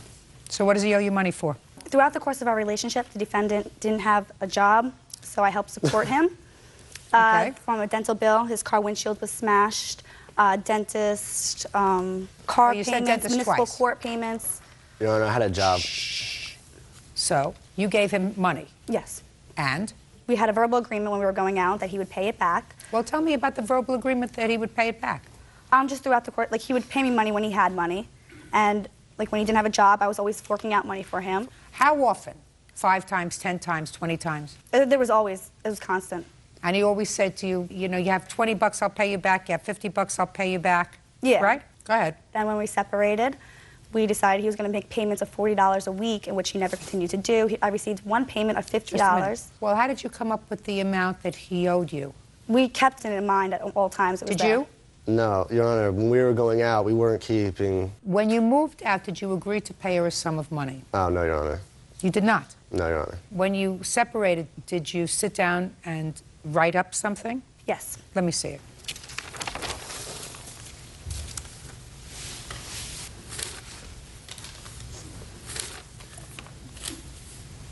Did you sign this IOU? No, Your Honor. And for us to sign each other's name on something was pretty common. I could show you receipts with my signing for her debit card, or her signing for my debit card. It was nothing. You didn't sign this? No, Your Honor. Fine. Tell me the circumstances surrounding your separation, Mr. Rao. The relationship just got ridiculous. She was constantly lying. Everything that would come up would be a lie about something. I couldn't live at her house anymore. And I actually left for the weekend after a fight, and when I came back, all my stuff was at my parents' house, and she said I had to be out. So she moved your stuff out? She moved it with no notice of anything, so Okay. that she wanted me out. I'm ready to hear the rest. 30 seconds or less, Ms. Lombardo. When he moved out, when he wanted his bed, his stuff was there, that's when well, you don't believe that he signed the paper. Well, just a minute. So if what you're telling me, you told me he couldn't take his things unless he signed the paper? Mm-hmm. Then even if he signed it, it's worthless. He had this agreement with me. Let me explain something to you. He didn't. What you're saying is that during the course of your year and some months relationship, if you gave him 20 bucks, if you gave him $50, whatever it was, he said to you, when I get it, I'll pay you back. And that's what people do when they live together and they're not married. Don't worry, honey, I'll pay you back. That's not a loan. When two people play house and not commit to a relationship as we know it and get married, courts aren't interested in going over $20 here, $5 here, $15 there, $100 for the dentist, $12 for this. Courts aren't interested in doing that. We got other things to do. Mm-hmm. So it's been my suggestion, if you watch carefully, if I've always said, keep your finances separate. Mm-hmm. So I think you have to put a real period and say, it's over. I'm fine. How old are you? 21. 21? Perfect. You didn't waste a lot of your time. You didn't waste the best years. You didn't waste the flowing years. Who is this, by the way? This is my girlfriend, Your Honor. She have anything to contribute to this case other than, you know, looking nice? No, just she decided to come with you to irritate her. She's seen the craziness. To irritate her. Yeah. Well, probably not the best idea to bring her. Who is this? This is my friend. So he brought a girlfriend, you brought a friend. Move on. He did. You should. Have a happy life. Case dismissed. That's all. Parties are excused. They step out. In the matter of Bishop versus Schultz, Parties have been sworn in. You may be seated. Sir, have a seat, please. Ms. Bishop, you and your family were renters in a 4-unit complex, according to what I read in your complaint. The other 3 apartments or condos were occupied by owners. Right. And it is your claim that the defendants did several things. First, they told untruths to the cooperative association and therefore your landlord. Yes. Causing you to be evicted. Yes. And next, you allege that the defendants, one or both of them, put needles in your laundry which got into your baby's pajamas, which caused injury to the baby. But... Shh, shh. And you want to be compensated. Yes, ma'am. I assume that they did not put any needles in your laundry on purpose. If needles got into the laundry because Mrs. Schultz is a diabetic, yes, does use needles. No. Doesn't use needles. No. Okay, interesting. And in addition, that whatever statements they made to the landlord, your landlord, were true, and if you were evicted, it was because of your own conduct. That's their defense. I just want to check something. Well, I'm reading your answer, Mr. Schultz, and your answer says, my wife is diabetic, and when the plaintiff's husband brought the lancets to me... There's a difference between lancets and needles. Oh, okay, lancets. Okay, yes. So I used the wrong word. Used Lancets. Lancets. When plaintiff's husband brought lancets to me, he said he found them in the washer. My wife is diabetic, but they did not look like the lancets my wife used. So we're using a different term. Right, Needles, right. Well, there is lancets. a difference between lancets and needles. Okay. When did you move in, Mrs. Bishop, with your family? August of '03. And how many members were there in your family? 3, myself, my husband, and my baby. How old is your baby? 1 year and 4 months. Did you have trouble with Mr. and Mrs. Schultz or any of the other neighbors when you moved in? Just the Schultz. No, the other neighbors were very kind and friendly, normal neighbors. What happened with Mr. and Mrs. Schultz? I think the first month or 2 was fine. We were friends. Well, actually, it was... I didn't ask you anything yet. Mr. Schultz was very kind and helpful, showing us where the things were, telling us how things ran around there, like he was the That was landlord. the first month or 2? First month or 2. I understood from the neighbor in number 2, Tammy. Don't tell me anything that a neighbor told you. Okay, I understood she needed a kidney. So I went up and offered her a kidney and asked her what blood type she was. She said she was blood type AB. And we talked about it. So, it's good. To my best recollection. Anyways. Go ahead. So, just things started happening where the laundry park problems. They parked in a, his truck is very big, it's a Bronco, and it's blocked our space. When we moved in, we asked him several times to please move it. We can't get our car in the garage. Here's a violation of that was written on my car because his car was parked in my space, so I had to scoop my car over the line. So I was ticketed because they called on me after we asked them to move the car and complained to the landlord. Mr. Schultz, did you and the plaintiff and or her husband ever have a conversation with... Could you stand up and take your hand off your hip? I'm sorry? Did you and the plaintiff or her husband ever have a conversation with regard to your truck encroaching on their parking space? No, not... Never? No. Never? No. Your Honor? No. And actually... However, excuse me, Your Honor, however, though, I did quite a few times ask them if they could move their car over because I couldn't get into my car, and she is... Now, just 1 second. Okay. So there was a problem. There was a problem. Now, when there was a problem, it was because their car was parked too close to the line, yet their car was parked within their lines. But you have a very large car, and in order for you to get in and out of your spot, you wanted them to move their car further over. To the other line. I understand. Your wife is answering the question, sir. I mean, you know, I understand. She understands what I'm saying. You may want to give me a lot of baloney, but I'm not going to tolerate it. You asked them to move their car to the other side because you have a very large car and it was difficult for you to get in and out of your car. Is that a fair statement? That would be a fair statement. That's a fair statement. Okay. And what I assume happened is you parked it as close to the line as you possibly could. Is that what you're telling me? Not necessarily, but Not necessarily. Let me see the pictures. I'm 10 steps ahead of you, sir. There's a picture I'm of his 10 steps Bronco, ahead of you. And here's the rules and regulations. You know, fortunately, we all come to our jobs, Mr. Schultz, with a life's experience. I'm grateful for that. Yeah, well, in this case, you may not be. Let's get to the rest of the complaints that were made, because that's what you're alleging. Let's get there, and let's get there fast. Okay. And then we'll get to the Lancets. Okay. Your Honor? What? May I ask my witness to come up and explain? Absolutely. Who are you? I'm her husband, Brett Bishop. Okay, do you have the complaints? No, we do not have the complaints. Well, then how am I supposed to adjudicate that part of your claim? We were not able to get them from our landlord in time. Well, then, yeah, I have to strike that part of your claim. Okay, then I have nothing in that regard. Good, fine. And let's get to the needles incident. I went out to get the baby's laundry out of the dryer. And When was this? January 29th. And found needles in the dryer, and I came back in the house and called my husband, and he told me that they might be hers because she's diabetic. Okay. Do you have any of them with you? Yes.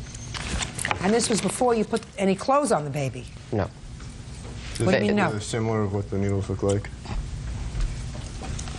You see, what you state in your complaint is that your baby was uncomfortable, and the next morning you found needles in her pajamas. Then you went down to the laundry and you found needles. Now you tell me that on the 29th of January, you went down to the dryer and found needles in the dryer. I got the needles out of the dryer, and I came back into the house and called the police. Yes. My husband came home at the same time. Yes. And he can pick it up from there.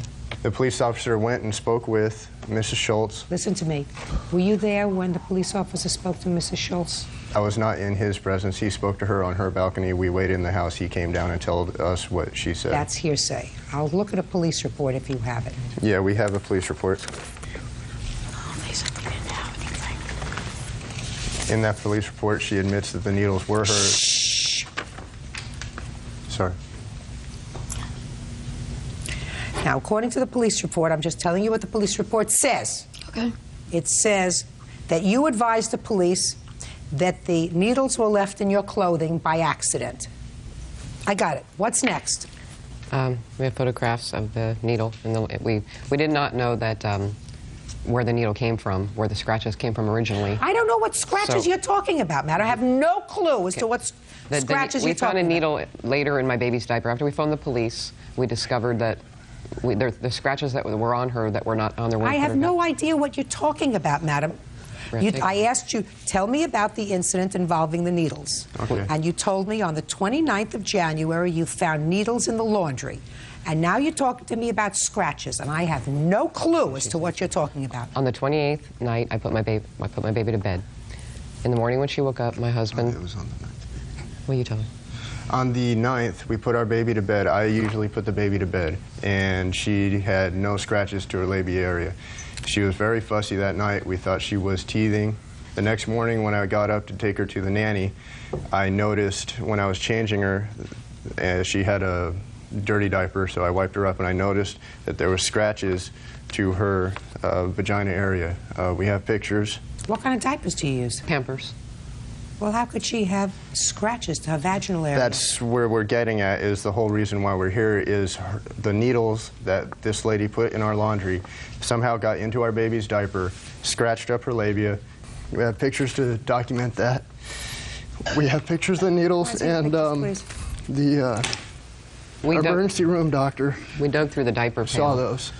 We have a diaper pail we keep the diapers in, and after discussing with the officer and finding out the needles 2 weeks later that she had got scratched from, we assumed we better look through the old diapers that we keep in the pail, which we have pictures of the diaper pail and the needle in the dirty diaper. So that's how we didn't know where the scratches came from. But you don't put diapers in the wash. Shh. Push it. So we put 2 and 2 together and took her to the emergency room, and they wrote the report that needles stick to the labia.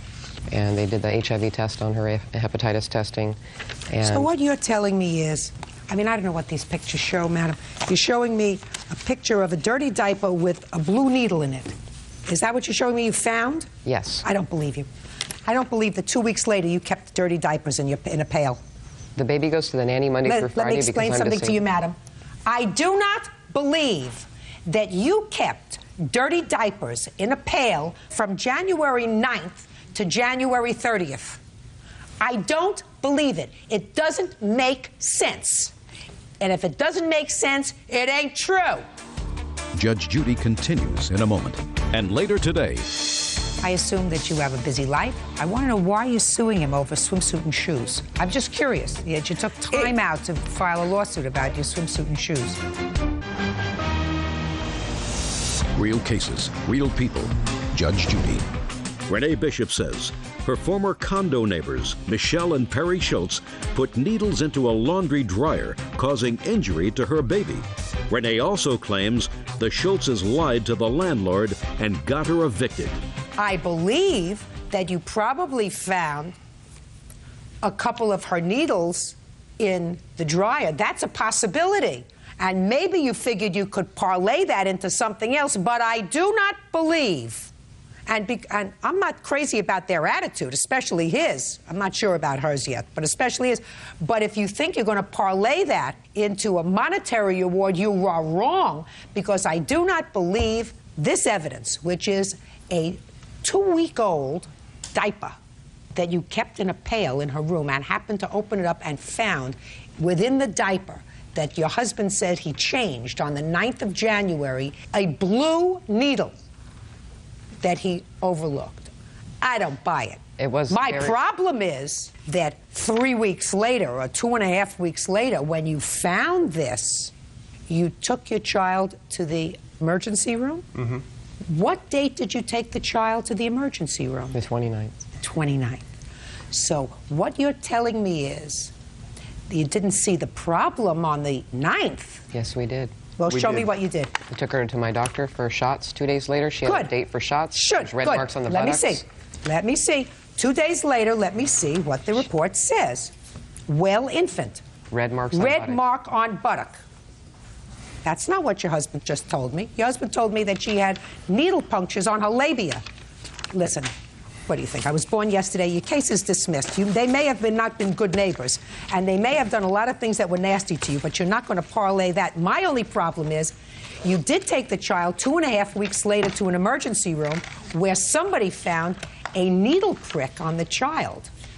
My question is, how did it get there 2.5 weeks later when it wasn't on the doctor's report 2 days after what you allege is the incident? Because that causes me a great deal of concern. Not from them, but from you. Your case is dismissed. Your Honor, Step out. thank you, Your Honor. Out. Thank you. I didn't put the lancets in the washer or the dryer. They just started turning psycho and messing with our cars, cutting our vehicles up. All kinds of stuff. We've lived there 8 years, never had a problem with anybody until they moved in. I think because they're just really jealous. Their kid's autistic, unfortunately. So does that mean I'm jealous of every normal child in this world? I don't think so. He used to tell us all the time, oh, you're so lucky to have a healthy baby. She's so beautiful. She's so this, she's so that. And I think there was a fine line between jealousy and hatred. That's just a farce. I mean, they're just reaching, you know? Desperate people will do desperate things, you know? And they're desperate. And now the next case. All parties in the matter of McCullough versus Nelson's Nautilus. Step forward, please. Student Renee McCullough is suing the owners of her gym, Preston Nelson and John Ashey, for breaking into her locker and selling her belongings. The men say Renee's locker dues were 6 months delinquent. Ms. McCullough, you belonged to the defendant's gym, according to your complaint, for about 9 years. That's correct. And then there came a time recently that you stopped going, about a year ago.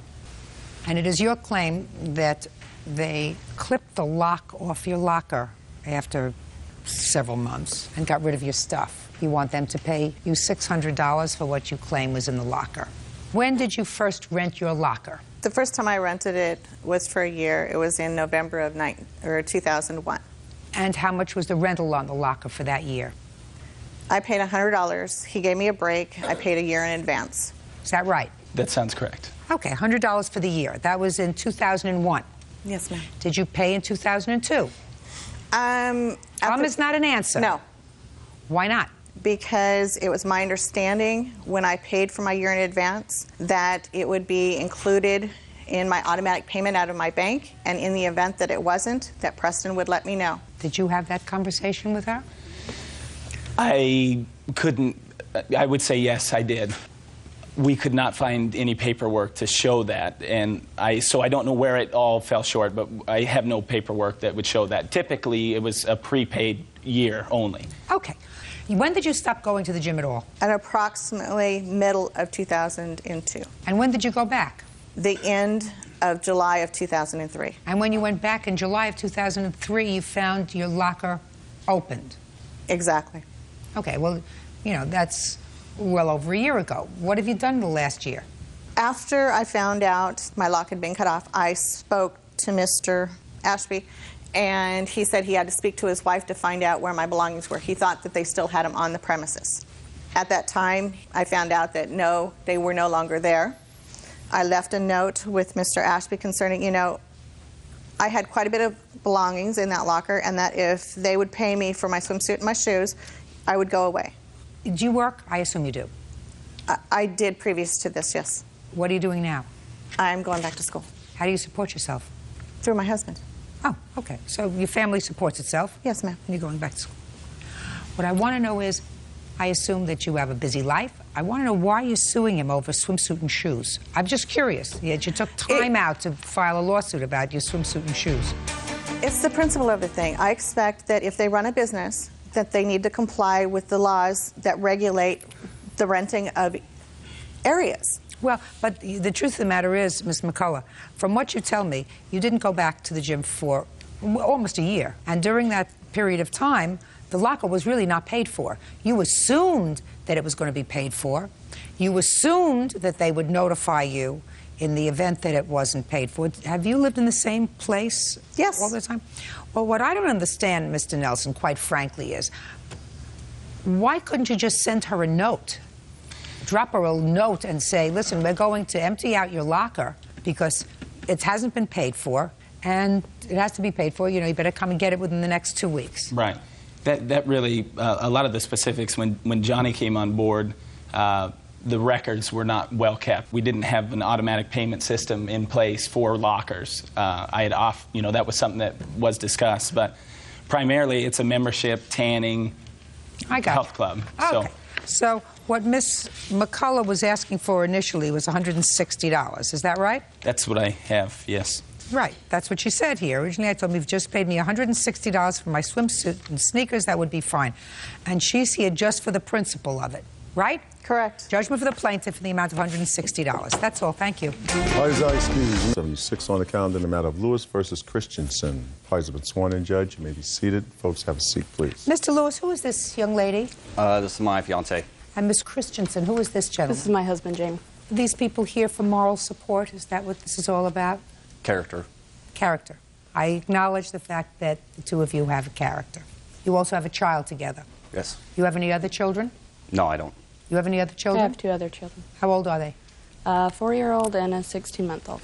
And how old is the child that you share? She's 7. Did you live together before she was born? Yes. For how long? Before she's born, a year and a half. Did you live together after she was born? Yes. For how long? Almost 2 years. Any reason why you never married? Just didn't work out. Different goals in life. Different goals. But the one goal that you had in common was having a child together. Perfect. This is what the case is about. After you separated, ultimately, the courts got involved and set up a child support order as well as an order that directed that each of you would change claiming the child as a deduction on your income tax returns. This past year was your year, Mr. Lewis, to claim the child as a deduction. The caveat was that you had to be current with your child support. When you went to claim the child on your tax returns, you were advised by, I assume, your tax preparer that Mrs. Christensen had already claimed her as a deduction, despite the fact that the court order allowed you to do it. So you want what would have been your refund for the child. That's right.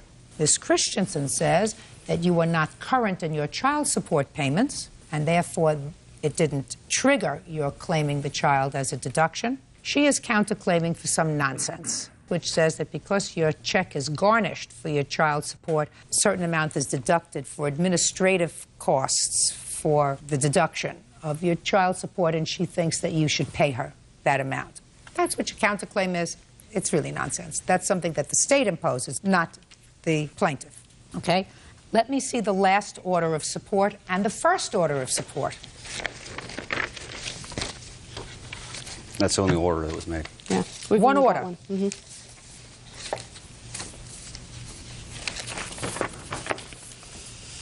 You petitioned the court, is that right, sir? Yes, I did. For an order of paternity, custody, and/or visitation. Was that because you were having problems with visitation? Yeah, she told me I had no rights to my daughter. And to take How her long to have you court. been married, Miss Christensen? 5 years. How often were you seeing your daughter at the time that Miss Christensen got married? Every other Sunday. Started out as a weekends and went to Sundays. Her and one of my ex-girlfriends had a fight. Your Honor, can I say something? Sure. Mr. Lewis has been sporadic with his visitation with his daughter. It is true, me and one of his girlfriends who, at the time, we didn't get along, and we got in an assault fight kind of concept on one of his visitations. So at that time, I asked that he had his visitation with my daughter at his parents' house. And then that way there wouldn't be any problems with anybody's relationships. I didn't want to be in an argument and a fight every time we had to drop or pick up our daughter.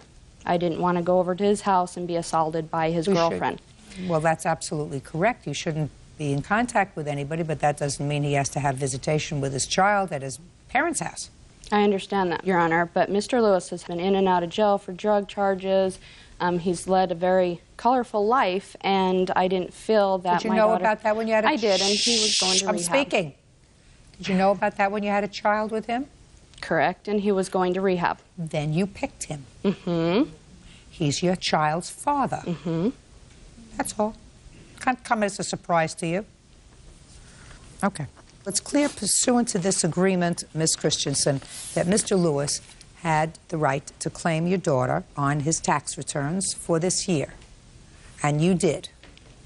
Why? Your Honor, he was not current. Show me. Okay, I have a paper here from the state. What is your child support obligation, sir? $216 a month. Okay.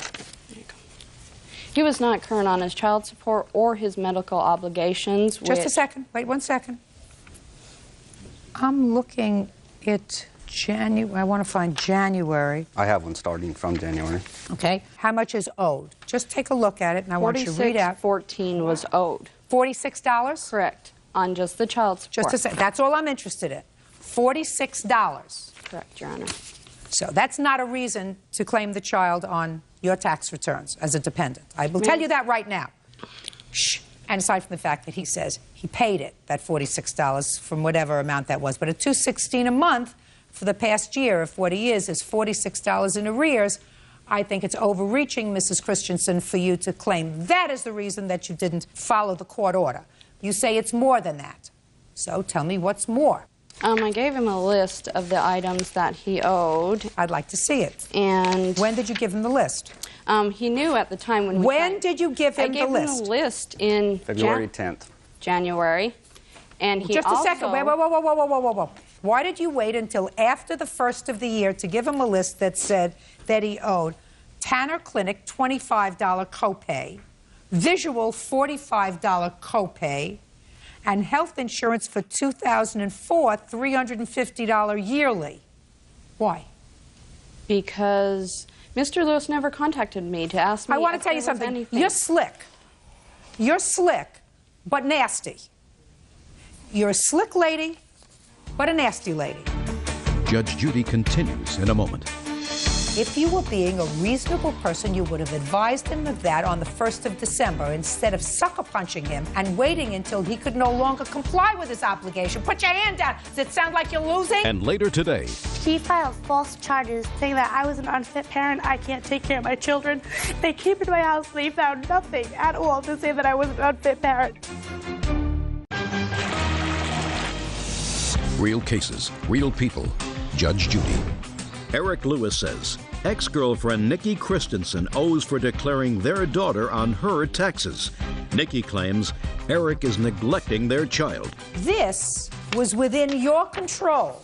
And if you said to me that in November I sent him a list and I said to him, this is what you owe to keep yourself current with regard to the court order, then I might have sympathy for you. It is disingenuous of you to send him this in January. You got it? I understand. Good. Now, how much of a benefit did you obtain by claiming the child this year on your tax returns? I'm not even sure the full amount, Your Honor. Do you know? I know what I lost, not what she would have made. Well, what did you lose? $2,900. Show me. I have the copy when it was first done, and then when it was done a couple days later after they told me she'd already been claimed. May I say something, Your Honor? Sure. I didn't feel it was my job to go out and babysit him and tell him, you need to be paying me this. That's why I originally went and got involved with the state, to garnish his wages. Listen to me, madam. You didn't file the petition. He did. He asked the court to set a support order. He asked the court to set a visitation order. That's the caption of the petition. Put your hand down. It doesn't mean you have to babysit him. It just means that you have to be a reasonable person. And if you had obligations that you felt as if he should have paid in 2004 in order to let him claim the child as a deduction, if you were being a reasonable person, you would have advised him of that on the 1st of December instead of sucker punching him and waiting until January 10th when he could no longer comply with his obligation. Put your hand down. Does it sound like you're losing? No, ma'am. You chose him to father a child, and it would probably be a hell of a lot easier for you now that you're married and have 2 other children if he were no longer in your life, if he took a powder someplace and wasn't involved. Unfortunately, life doesn't work that way. You two are tied to each other. Get used to it. Judgment for the plaintiff in the amount of $2,900. Your counterclaims dismissed. That's all. Thank you. Parties are excused. You may step out.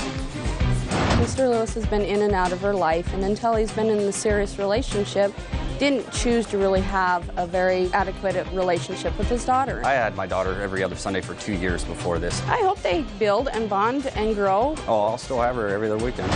And now the next case. All parties in the matter of Blair versus Cheverini. Step forward, please.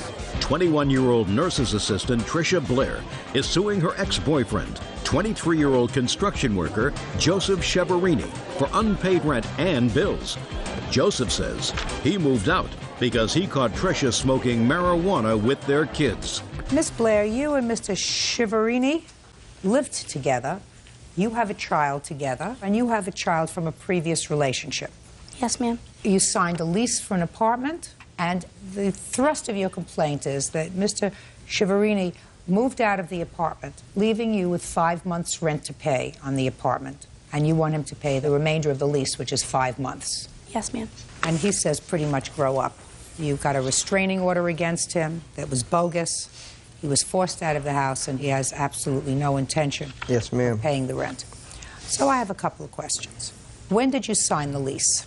In August of '04. And how old are your children? 4 years old and 3 months old. And where is the father of your 4-year-old? He's in the Marines in North Carolina. Were you married to him? No.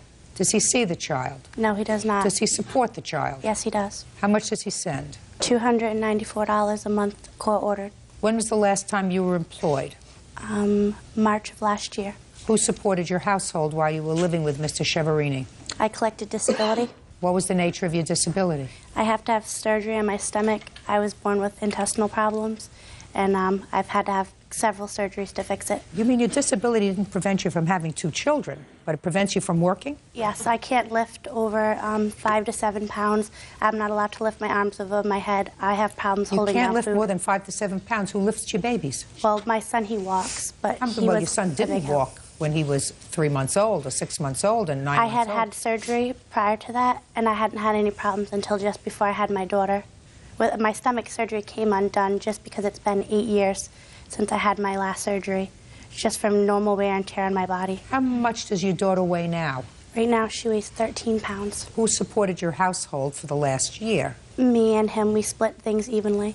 I gave my child support plus my disability. You weren't collecting disability all during that time. I have been. I have been collecting since we lived in our apartment disability. The last check I received was in October. We moved in August. But that was before your daughter was born. Yes. You told me that you weren't sick before your daughter was born. No, I Didn't was you just ill tell me my whole that everything was okay until you didn't have a little more wear and tear I'm sorry, after your Your daughter Honor, was what I born? meant to say was that I was having problems during my pregnancy. I was seeing my physician regularly, and he advised me that because I had found out in March that I was pregnant, that I should not work because I could not lift and it would cause harm to the baby. There are an awful lot of things you can do without lifting 7 to 10 pounds, like answering a phone. That only weighs a couple of ounces. That's a job. My daughter is only 3 months. I haven't been working due to the fact that she's so young right now. So that the baby is with you all the time and you manage to lift 13 pounds. I have no choice. He's not in the home. What am I going to do, let her starve to death? All I'm suggesting to you, Miss Blair, is that when people scam the government, it irritates me. I would never. Well, you are. Because if you're lifting a 13-pound baby, you can lift something 7 pounds and get a job. And if you're taking care of a child that weighs more than 7 pounds, then whatever you said to Social Security disability, It's which is I temporary. cannot lift anything above 7 pounds, is not true because you do every day. Real cases, real people. Judge Judy. Tricia Blair says ex-boyfriend Joseph Cheverini owes for breaking a lease.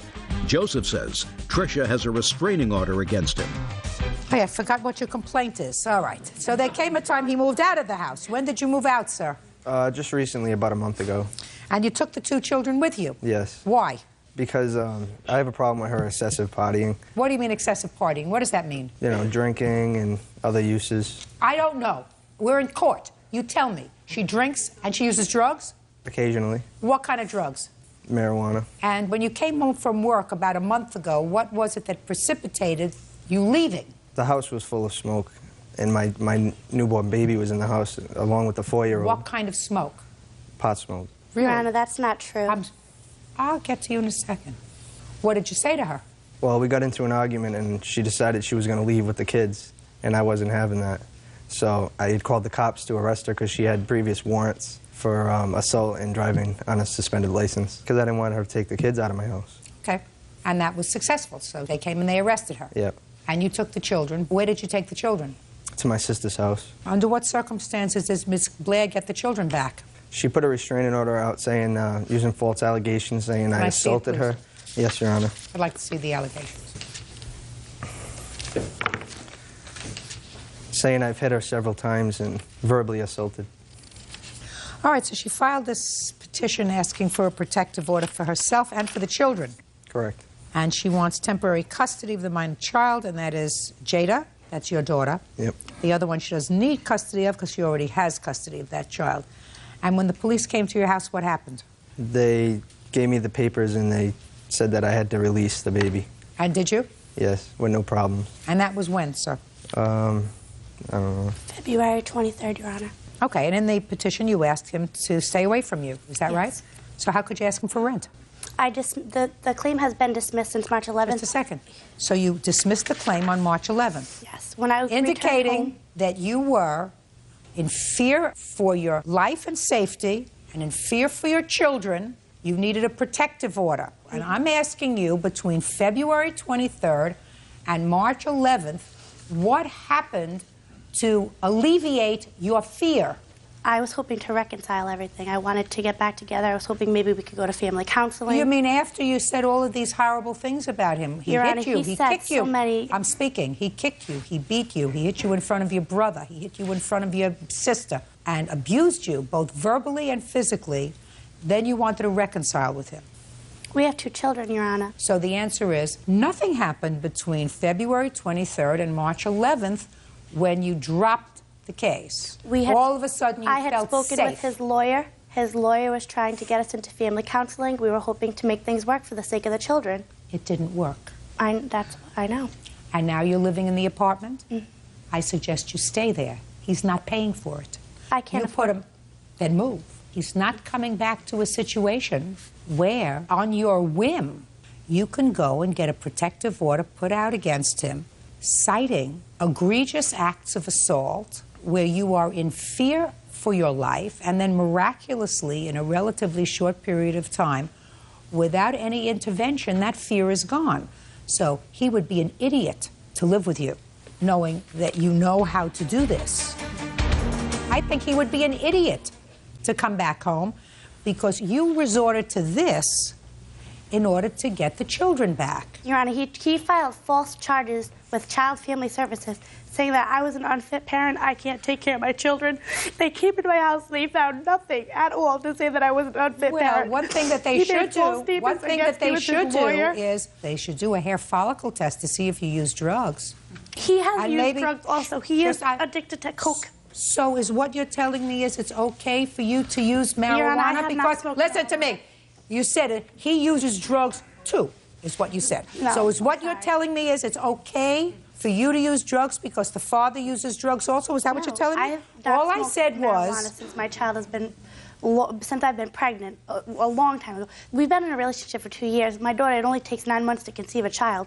He was using No, it things doesn't against take me 9 from- months, it takes 9 seconds. Miss Blair, you have no case. You currently seeking custody of No, this he's child? not.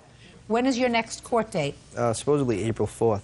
you suggest to the court that both of you submit to hair follicle tests because you now have this on tape where she says that you are addicted to cocaine, and you say merely a month ago she was using marijuana to the extent that the fumes were all over your house. Your Honor, that was his nephew. Just a second. So that if, in fact, she had used marijuana, it stays in the hair. I know. And there's a buildup. But I'm going to tell you something, people in glass houses. No, I have nothing to worry about. Very good. Miss Blair, your case is dismissed. That's all. Apologize, excuse, you may step out.